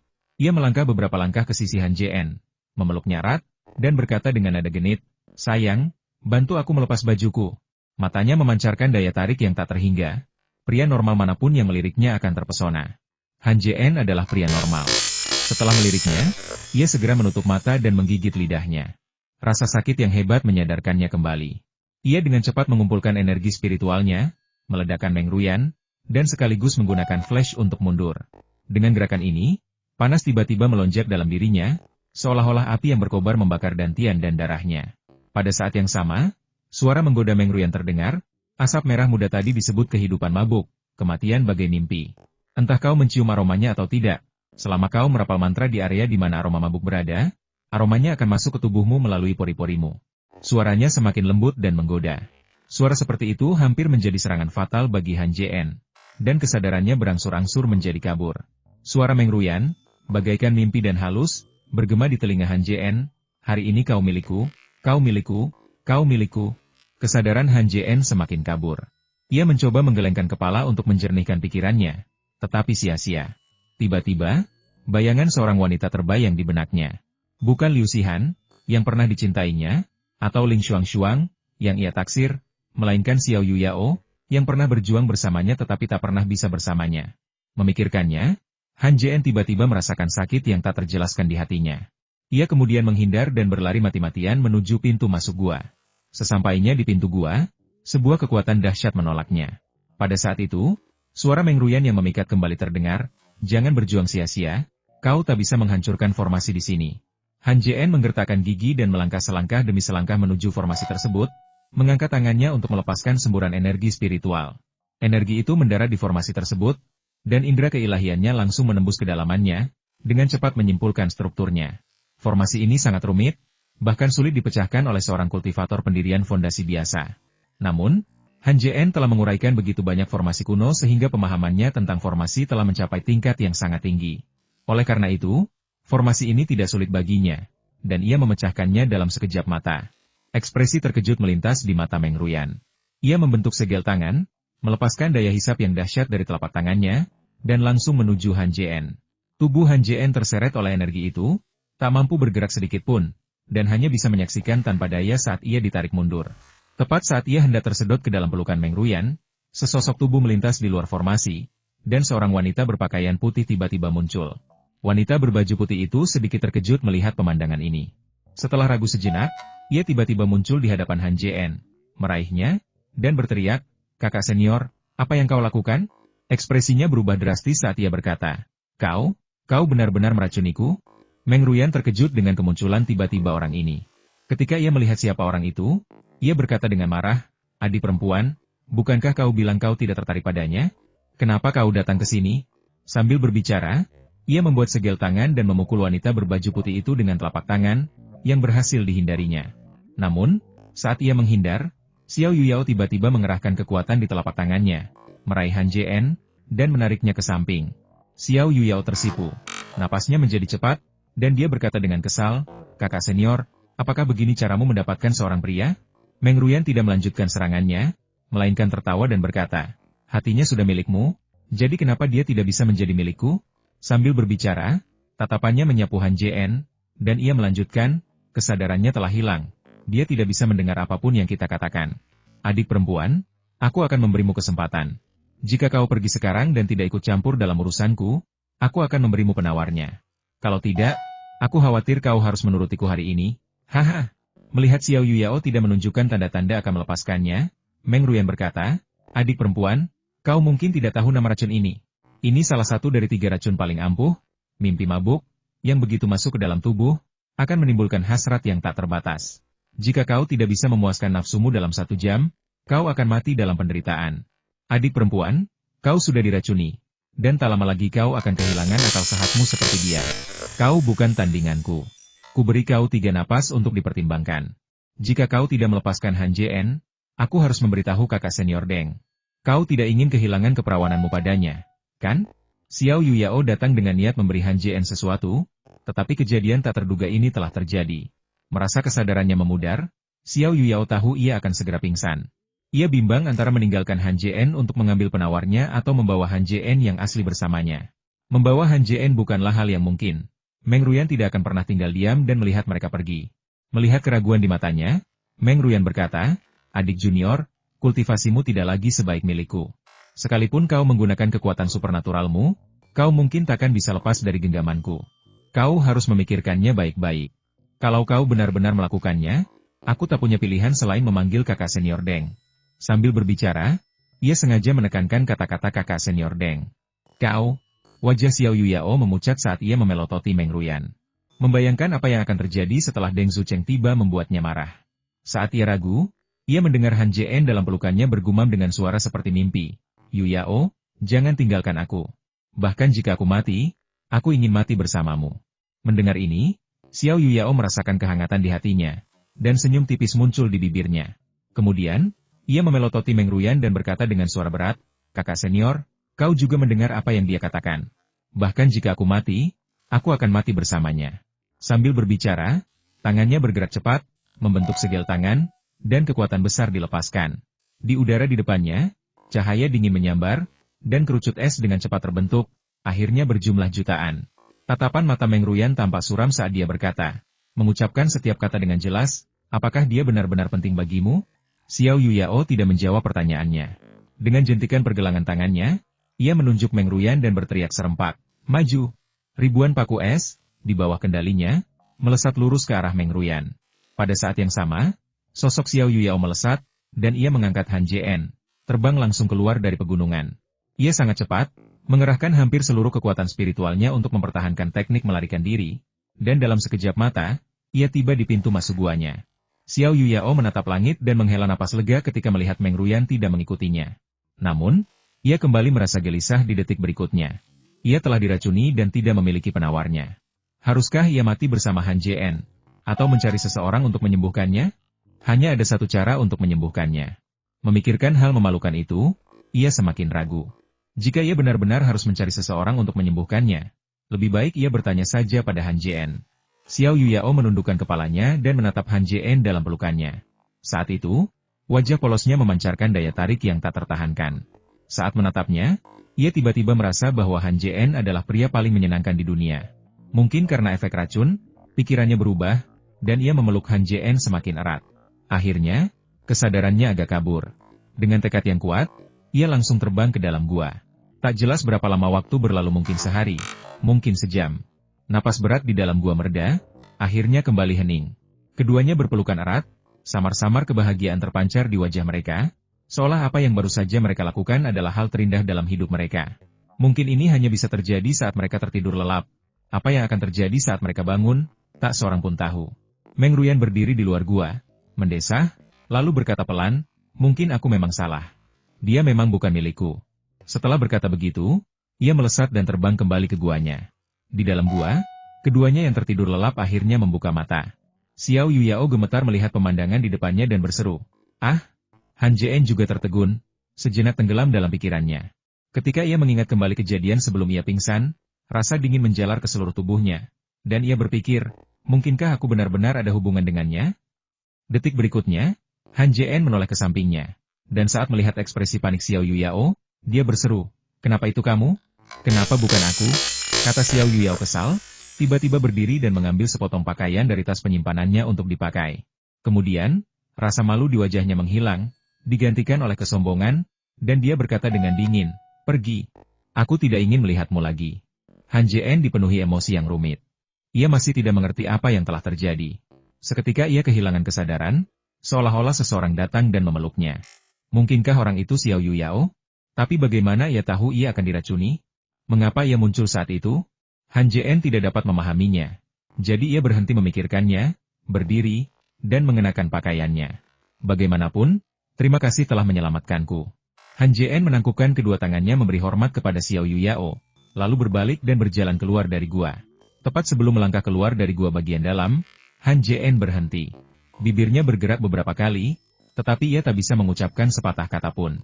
Akhirnya, ia menggertakkan gigi dan berjalan menuju pintu masuk gua. Ia tahu itu sebuah kesalahan. Karena Xiao Yuyao tidak punya perasaan padanya. Mengapa ia mendekatinya tanpa malu-malu? Ia tak akan pernah melakukan hal seperti itu, meskipun ia menyesalinya nanti. Melihat Han Jien keluar dari gua, setetes air mata berkilauan mengalir di pipi Xiao Yuyao. Ia memiliki perasaan terhadap Han Jien, tetapi ia mengerti perbedaan kemampuan mereka yang sangat besar membuat hubungan mereka mustahil. Bahkan jika ia ingin, keluarganya takkan pernah setuju. Saat Han Jien mencapai pintu masuk gua dan mengaktifkan susunan pelindung, ia menepuk kantong penyimpanan di pinggangnya, dan sesuatu muncul di tangannya. Ia lalu melemparkannya keluar gua, sambil berkata, "Ini untukmu." Han Jien mengulurkan tangan dan meraih benda terbang itu, lalu membukanya perlahan. Saat melihat isinya, ia sedikit gemetar dan tiba-tiba bertanya, "Yuyao, kau mencintaiku, kan?" Benda di tangannya adalah stempel kekaisaran. Ia tak menyangka Xiao Yuyao akan membantunya mendapatkannya. Mencuri stempel kekaisaran sama saja dengan menyinggung seluruh kekaisaran. Xiao Yuyao menggertakkan giginya, berusaha keras untuk tidak berteriak, lalu berkata dengan tegas, "Aku hanya ingin tahu apakah ada hubungan antara segel kekaisaran dan segelmu. Jangan salah paham, aku sama sekali tidak punya perasaan padamu." Sambil berbicara, ia melambaikan lengan bajunya yang panjang, melepaskan kekuatan spiritual yang luar biasa besar, dan dalam sekejap mata, ia tiba di depan Han Jien, menggendong tubuhnya keluar dari gua. Xiao Yuyao menutup gua itu, air mata mengalir di wajahnya, dengan cepat menelan dunianya. Han Jien mengangkat kepalanya, menatap langit, menghela napas berat, lalu bergumam, "Mungkin aku benar-benar harus meninggalkan tempat ini." Benda di tangan Han Jien adalah stempel kekaisaran, dan dilihat dari tulisannya, benda itu berasal dari dinasti Tang. Han Jien mengamati stempel kekaisaran di tangannya dengan saksama, tetapi alih-alih memasukkannya ke dalam tas penyimpanan, ia menggenggamnya erat-erat.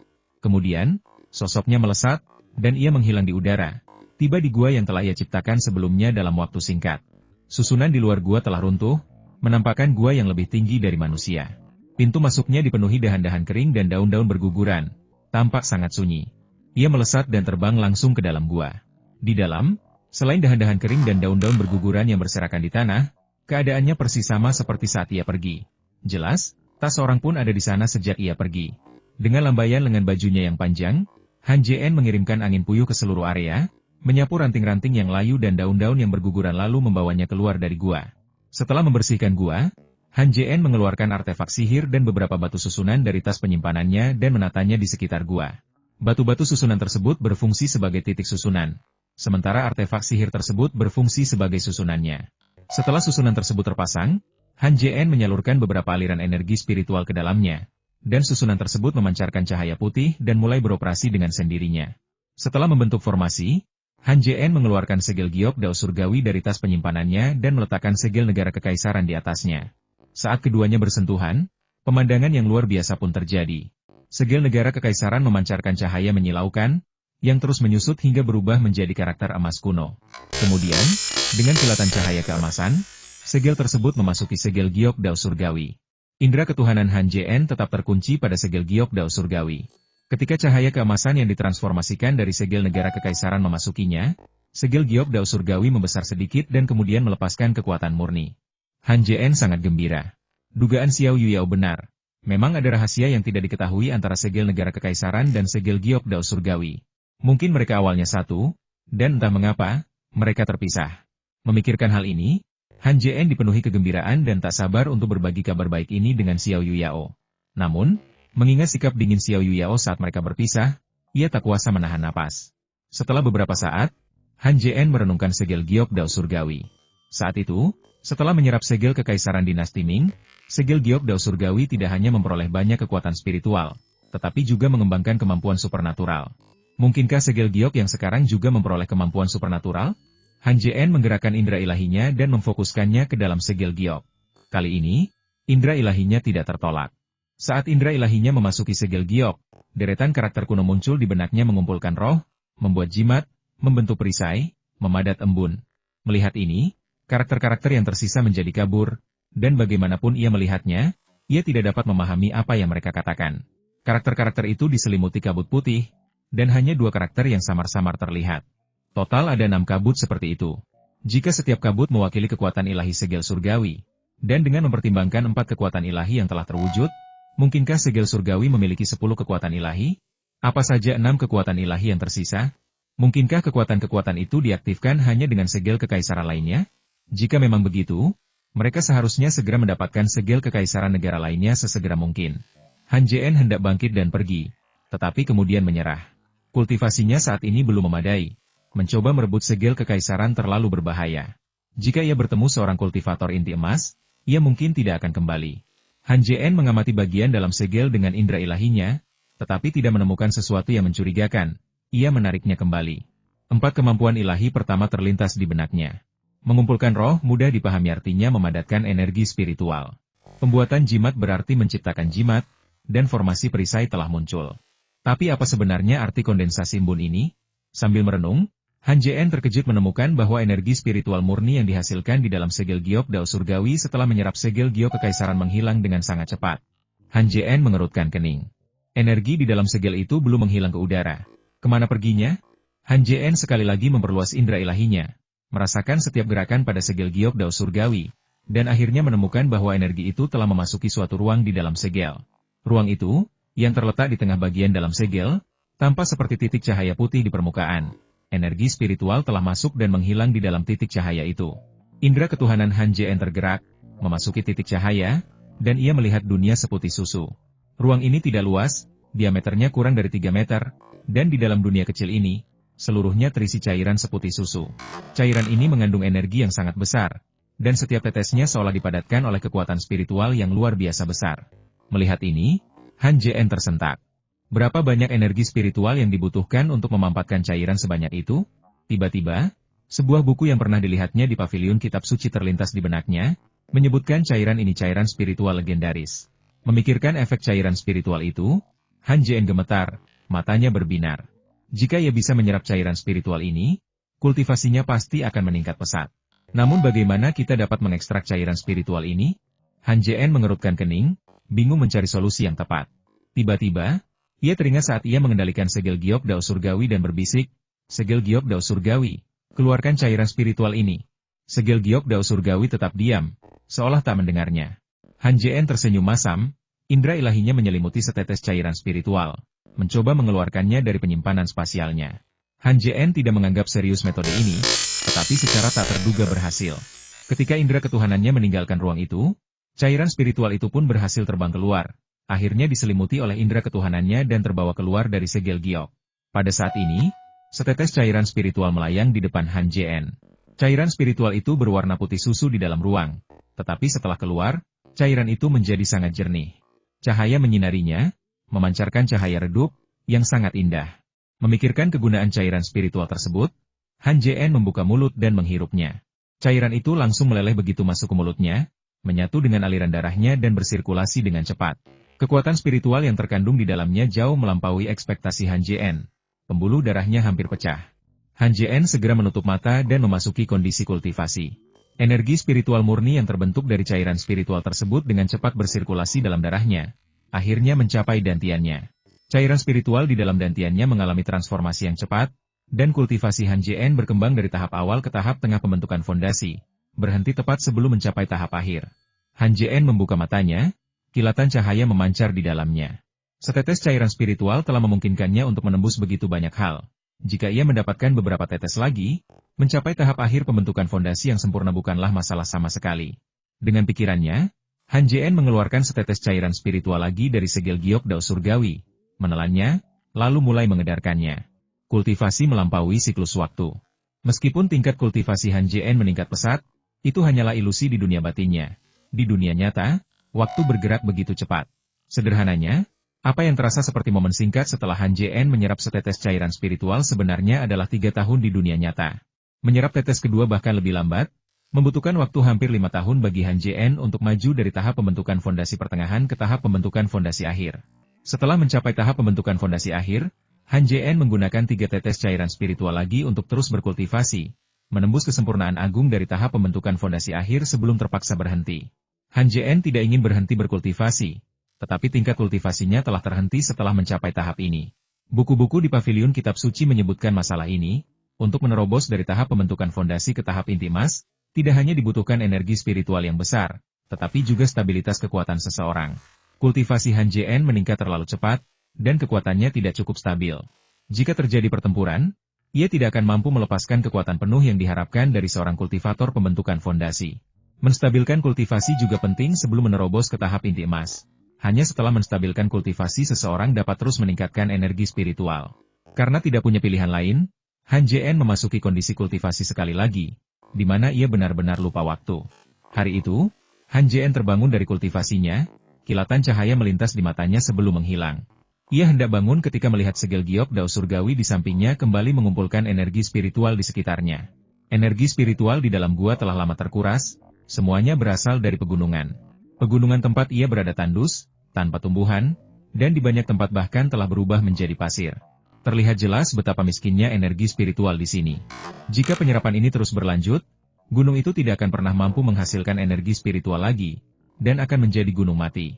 Han Jien mengambil segel giok dao surgawi dan menyalurkan indera ilahinya ke dalamnya. Energi spiritual di dalamnya sangat kecil, hanya sedikit. Setelah mengamati dengan saksama, ia menemukan bahwa semua energi spiritual telah memasuki ruang khusus itu dan perlahan-lahan berubah menjadi cairan spiritual, sehingga jumlah cairan spiritual di dalamnya meningkat secara signifikan. Han Jien sangat gembira dan mengeluarkan segenggam besar kertas kuning dari tas penyimpanannya, lalu mulai membuat jimat. Kali ini, Han Jien tidak membuat jimat biasa. Semuanya adalah jimat binatang. Setelah membuat lusinan jimat burung mistik 9 surga, seekor binatang roh raksasa bergema di benak Han Jien. Lalu ia menempelkannya ke kertas kuning. Begitu ia selesai menempelkannya, kertas kuning itu terbakar, jelas-jelas gagal. Han Jien tidak menyerah dan terus menempelkannya. Puluhan kali lagi, semuanya gagal. Akhirnya, setelah berkali-kali gagal, Han Jien berhasil menempelkan satu jimat. Ketika ia melihat jimat yang telah selesai, wajahnya berseri-seri, dan ia ingin terus membuatnya. Tetapi kemudian ia menyadari kertas kuning itu telah hilang. Han Jien terkejut, lalu tersenyum pahit. Puluhan ribu kertas kuning telah hilang. Tingkat kegagalannya cukup tinggi. Namun kemudian ia berpikir bahwa jimat binatang ini jauh lebih sulit dibuat daripada burung mistik 9 surga. Dan ia merasa lega. Ia berharap jimat itu dapat menyelamatkan hidupnya. Pertarungannya sebelumnya dengan Deng Zucheng dan Wang Hu terjadi karena ia lupa membuat jimat. Jika tidak, ia tidak akan kalah. Dengan begitu banyak jimat kali ini, ia yakin ia memiliki kepercayaan diri yang cukup untuk membunuh bahkan seorang kultivator inti emas. Sudah waktunya pergi. Han Jien berdiri dan berjalan keluar gua. Setelah meninggalkan gua, Han Jien hendak pergi ketika bayangan Xiao Yuyao tiba-tiba terlintas di benaknya. Ia ragu sejenak, lalu terbang menuju gua tempat Xiao Yuyao berada. Saat itu, seorang pria berpakaian hitam berdiri di dalam gua Xiao Yuyao. Pria itu bertanya, "Nona, Tuan bertanya kapan Anda akan kembali untuk menikah?" Xiao Yuyao meliriknya dengan arogan dan berkata dengan suara berat, "Kembalilah dan beritahu ayah bahwa kita harus menunggu beberapa tahun lagi." Mata pria berbaju hitam itu berkilat, jelas tidak puas dengan kata-kata Xiao Yuyao. Ia berkata, "Tuan bilang terakhir kali Anda bilang beberapa tahun, tapi ternyata lebih dari 20 tahun. Berapa tahun lagi kita harus menunggu kali ini?" Ia terdiam sejenak, lalu melanjutkan, "Nona, ada beberapa hal yang saya tidak tahu harus saya katakan atau tidak, tapi saya tetap ingin mengingatkan Anda untuk tetap memperhatikan status Anda." Mendengar ini, wajah Xiao Yuyao menjadi gelap, dan dia berkata dengan marah, "Li Jin, apakah kamu tahu dengan siapa kamu berbicara?" Ekspresi Li Jin tetap tidak berubah saat ia berkata, "Tentu saja saya tahu. Saya hanya mengingatkan Anda, Nona. Saya harap Anda tidak membuat Tuan Muda Kuo menunggu terlalu lama." Sambil berkata demikian, alisnya berkedut, dan ia melirik ke arah pintu masuk gua. Senyum aneh tersungging di bibirnya, lalu ia melanjutkan, "Orang itu datang untuk menemui Anda. Saya pergi dulu." Setelah itu, ia berubah menjadi seberkas cahaya hitam dan terbang keluar dari gua. Tak lama setelah Li Jin pergi, sebuah jimat terbang. Xiao Yuyao mengangkat tangannya dan menyentuh jimat itu, yang kemudian terbakar spontan. Saat jimat itu terbakar, suara Han Jien perlahan terdengar, "Paman Guru, terima kasih atas stempel negara. Murid ini harus pergi sekarang. Mungkin kita tidak akan pernah bertemu lagi di kehidupan ini." Suara Han Jien begitu sendu, begitu tak berdaya, meninggalkan perasaan yang tak terlukiskan. Setiap kata seakan memiliki sihir tak terbatas, menusuk jauh ke dalam hati Xiao Yuyao. Ekspresi rumit terpancar di mata Xiao Yuyao, ia tak tahu apakah yang ia lakukan itu benar atau salah. Bagaimanapun, Han Jien adalah pria pertamanya. Xiao Yuyao ragu sejenak, lalu melangkah ringan menuju pintu masuk gua. Sesampainya di gua, ia hendak mengaktifkan formasi, tetapi kemudian ragu. Ia mengeluarkan selembar kertas kuning, mengisinya dengan indera ilahinya, meninggalkan pesan, dan mengirimkannya keluar. Melalui formasi, ia bisa melihat raut wajah Han Jien yang murung. Tetapi saat ini, ia tak punya nyali untuk melihatnya sekali lagi. Melihat jimat komunikasi itu terbang menjauh, Han Jien menghela napas. Ia sudah memutuskan dalam perjalanannya ke sini. Jika Xiao Yuyao keluar untuk menemuinya, ia mungkin akan tinggal lebih lama. Jika Xiao Yuyao tidak datang menemuinya untuk terakhir kalinya, hubungannya dengan Kaisar Xuanzong dari Tang akan berakhir di sana. Indra spiritual Han Jien bergerak, mendarat di jimat komunikasi itu. Saat jimat itu terbakar, suara Xiao Yuyao perlahan muncul di benaknya. Pergi. Aku tidak ingin melihatmu lagi. Suaranya yang dingin mengandung sedikit kesombongan, seolah-olah Han Jien adalah orang terakhir yang ingin ditemuinya. Mendengar ini, keraguan terakhir Han Jien sirna. Ia menepuk tas penyimpanan di pinggangnya, memanggil pedang hijau kecil, dan terbang melayang. Di dalam gua, kecantikan tiada tara dalam balutan putih tengah menatap langit, ke arah sosok Han Jien yang semakin menjauh, air mata mengalir di wajahnya. Tak satu pun dari mereka salah, mereka berdua berhak memilih cinta. Alasan mereka tak berakhir bersama bukanlah karena tindakan mereka, melainkan karena dunia kultivasi yang kejam, yang menghalangi mereka menjadi suami istri. Perbedaan tingkat kultivasi mereka terlalu besar, dan status sosial mereka terlalu berbeda. Sekalipun Xiao Yuyao bisa menelan harga dirinya dan pergi bersama Han Jien untuk menjelajahi dunia, menyaksikan matahari terbenam di atas laut biru dan pasir cinta, keluarganya tak akan pernah merestui. Dalam sekejap mata, sosok Han Jien berubah menjadi setitik tinta dan menghilang ke langit. Xiao Yuyao menggigit bibir bawahnya, mendesah berat, dan berbalik untuk pergi. Tepat saat Han Jien hendak terbang ke pegunungan Tangsuan, sesosok tubuh dengan cepat menyusul dan tiba di depannya dalam sekejap mata. Han Jien mengenal orang ini, dia adalah Deng Zucheng, yang telah melukainya 20 tahun lalu. Meskipun kultivasi Deng Zucheng belum meningkat selama 20 tahun, kultivasinya telah jauh lebih mendalam, dan dia tampak sangat berbeda. Auranya sangat kuat, seolah-olah dia bisa menembus ke tahap akhir alam inti emas kapan saja, mencapai tahap jiwa baru lahir yang didambakan. Han Jien berhenti terbang, tatapannya menyapu Deng Zucheng, dan bertanya, "Apa yang kamu lihat?" Deng Zucheng sedikit terkejut, lalu berkata dengan marah, "Han Jien, beraninya kau bicara begitu sombong? Apa kau lupa kedudukanmu di keluarga?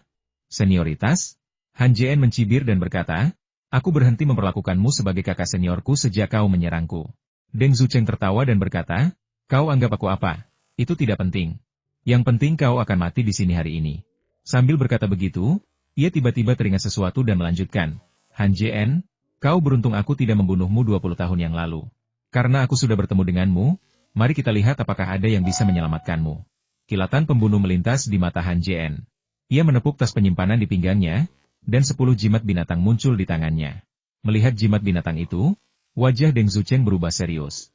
"Aku tahu kau punya jimat binatang," katanya. "Kau akhirnya mau menggunakannya kali ini?" Ia tertawa, tangannya membentuk segel tangan. Sebuah pedang panjang muncul di hadapannya. Setengah zhang panjangnya, seluruhnya hitam, memancarkan cahaya dingin yang menusuk. Ia menunjuk pedang itu, dan pedang itu bersiul saat melesat ke arah Han Jien. Di udara, pedang itu tiba-tiba mengembang. Seketika menjadi lebih dari 3 zhang panjangnya, berdengung keras. Kemudian, mencapai kepala Han Jien, pedang itu menebas dengan ganas. Tatapan Han Jien menajam, lalu ia mengangkat tangannya dan menunjuk. Seberkas cahaya putih melesat dari sela-sela jarinya dan mendarat di punggung pisau.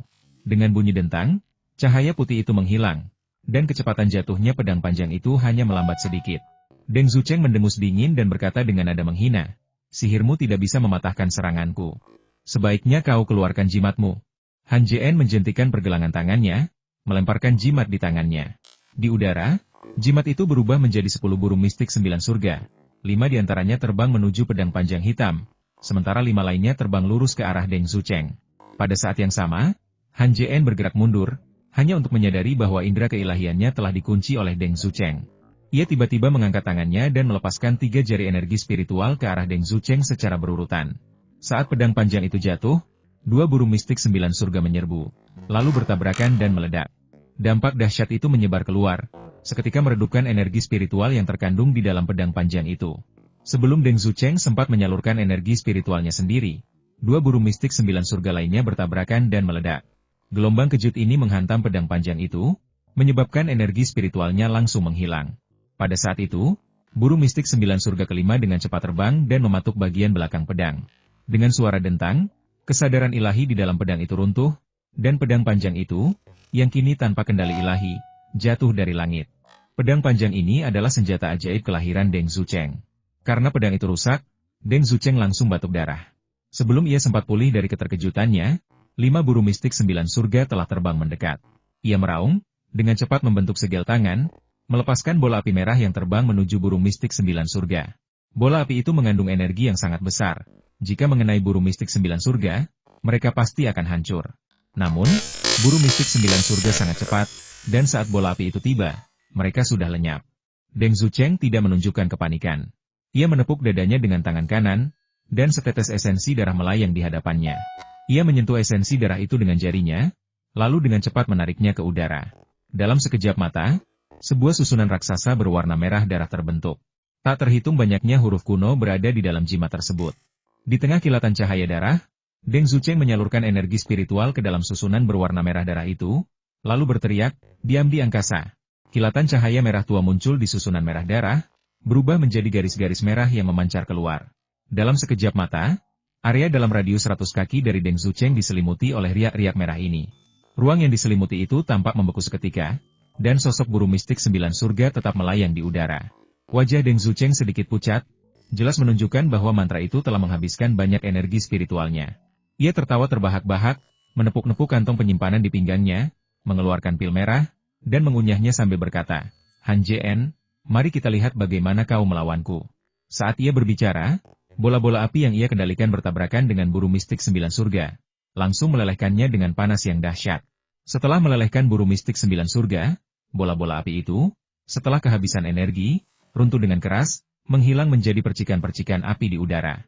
Pada saat yang sama, 3 jari energi spiritual Han Jien juga terbang ke ruang itu. Deng Zucheng mencibir, berkata, "Percuma saja. Ruang ini beku.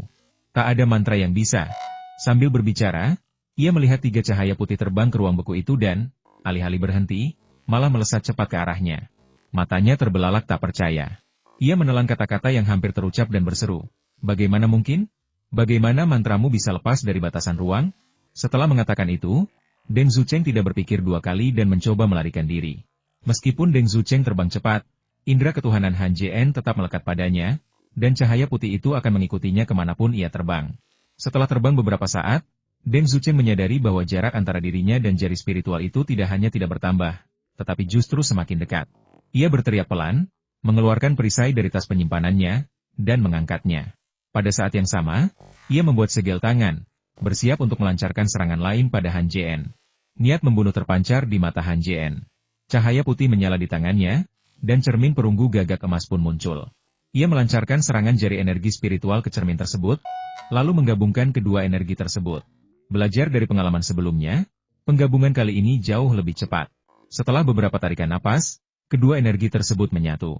Han Jien mengangkat tangan kanannya, mengarahkan cermin ke Deng Zucheng, dan dengan pikiran, api, seperti bunga es, menerobos cermin dan terbang langsung ke arah Deng Zucheng. 3 jari energi spiritual menghantam perisai. Dengan bunyi dentang, jari pertama menghilang, dan sebagian besar energi spiritual pada perisai pun lenyap. Jari kedua menghantam, menghamburkan energi yang tersisa, dan retakan muncul pada perisai, melebar dengan cepat.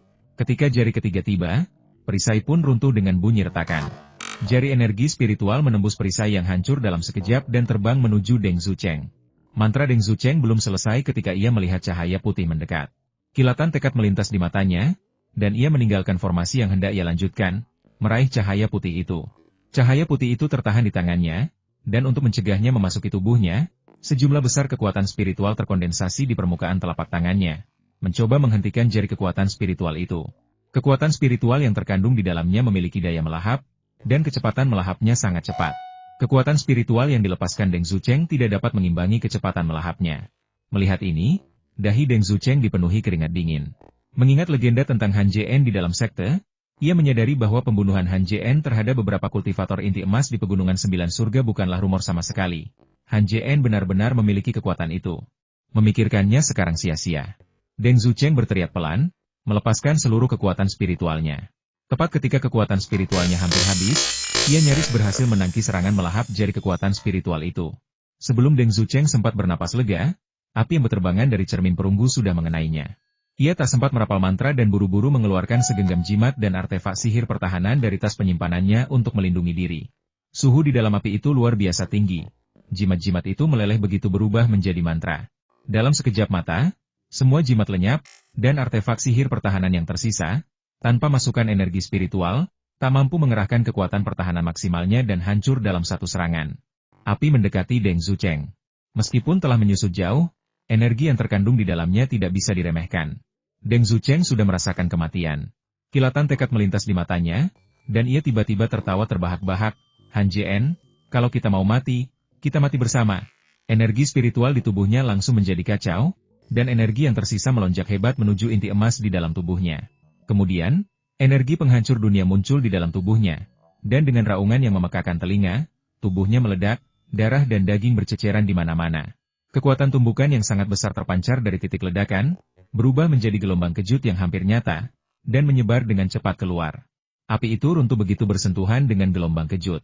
Energinya terus melaju tanpa henti, melesat ke arah Han Jien dengan kecepatan yang mencengangkan. Wajah Han Jien menjadi gelap, dan dia buru-buru mengeluarkan segel giok dao surgawi dari tas penyimpanannya. Sambil berteriak, berubahlah menjadi perisai. Kilatan cahaya putih memancar dari segel giok dao surgawi, mengubahnya menjadi perisai putih yang lebih tinggi dari manusia. Saat perisai itu muncul, gelombang kejut menghantamnya. Permukaan perisai berkilauan dengan cahaya, dan gelombang kejut dibelokkan ke samping, menyerempet perisai dan terbang menjauh. 3 tarikan napas kemudian, semua gelombang kejut menghilang. Han Jien menggerakkan indera ilahinya, dan segel giok dao surgawi menyusut kembali menjadi seukuran ibu jari, memasuki tas penyimpanannya. Tepat pada saat itu, Han Jien merasakan seberkas cahaya mendekat dengan cepat dari jarak 1000 mil, dan dengan cepat mengendalikan pedang terbangnya untuk menerobos udara. Setelah kultivasi Han Jien mencapai tahap pembentukan fondasi, jangkauan indera ilahinya meluas hingga lebih dari 1000 mil, setara dengan seorang ahli tahap inti emas. Ketika ia menyadari bahwa para kultivator yang mengejarnya hanya berada di tahap inti emas dan pembentukan fondasi, ia tidak khawatir. Ia sepenuhnya yakin dapat lolos dari kejaran mereka. Setelah setengah jam terbang, Han Jien melepaskan diri dari para kultivator yang mengejar dan langsung menuju ke timur. Di sebelah timur terbentang wilayah Kekaisaran Ming. Han Jien kembali untuk menuntut keadilan bagi orang tuanya, dan ia tak ragu membunuh Chudong dan Chudong, saudara-saudara Chu yang telah memburunya bertahun-tahun sebelumnya. Meskipun Han Jien belum mencapai tahap inti emas, ia memiliki kekuatan untuk membunuh seorang ahli inti emas. Setelah 2 hari penerbangan, mereka akhirnya tiba di wilayah kerajaan Zhao. Zhao Kuo tidak banyak berubah selama 30 tahun terakhir. Han Jien telah melupakan sebagian besar tempat yang pernah dikunjunginya saat itu, hanya samar-samar mengingat beberapa wajah. Ia melirik pasar tak jauh dari sana, tetapi tidak menunjukkan niat untuk berlama-lama. Dengan gerakan cepat, ia meningkatkan kecepatannya, berubah menjadi seberkas cahaya dan menghilang di angkasa. Jika ditanya tentang keluarga kultivasi terkuat di kerajaan Zhao, semua orang akan menjawab keluarga Nalan. Pengaruh keluarga Nalan di Zhao sangat besar, bahkan orang biasa pun mengenal mereka. Namun, dalam beberapa tahun terakhir, peruntungan keluarga Nalan sedang buruk, dan hanya sedikit anggota keluarga yang berani keluar. Ada rumor bahwa sesuatu yang besar telah terjadi. Mengenai apa yang telah terjadi, orang-orang biasa tetap tidak mengetahuinya. 10.000 mil jauhnya dari keluarga Nalan, ada pegunungan yang membentang ratusan mil, tempat yang disebut Gunung Huangpo. Beberapa kilatan cahaya melesat cepat menembus pegunungan, langsung menuju perbatasan kerajaan Zhao. Setelah diamati lebih dekat, terlihat seseorang terbang di depan, dikejar oleh 4 orang lainnya. Orang di depan jelas terluka, dan kecepatan mereka tidak terlalu cepat, sementara 4 orang di belakang jauh lebih cepat, dan jarak di antara mereka pun semakin mengecil. Keempat orang di belakang semuanya laki-laki, mengenakan jubah hitam dengan sulaman karakter Zhao di dada mereka. Pakaian mereka langsung menunjukkan identitas mereka kepada siapapun yang jeli. Siapa lagi di kerajaan Zhao yang bisa mengenakan jubah tahu seperti itu selain para pengikut agama negara? Sekte Zhao Fei? Setiap kultivator nakal yang mereka temui, setelah mengenali keempat orang itu, segera menghindari mereka, takut membuat mereka marah. Keempatnya berada di puncak tahap pendirian fondasi, dan mereka semua berusia sekitar 30 tahun. Yang lebih aneh lagi adalah penampilan mereka yang identik. Mereka jelas kembar 4.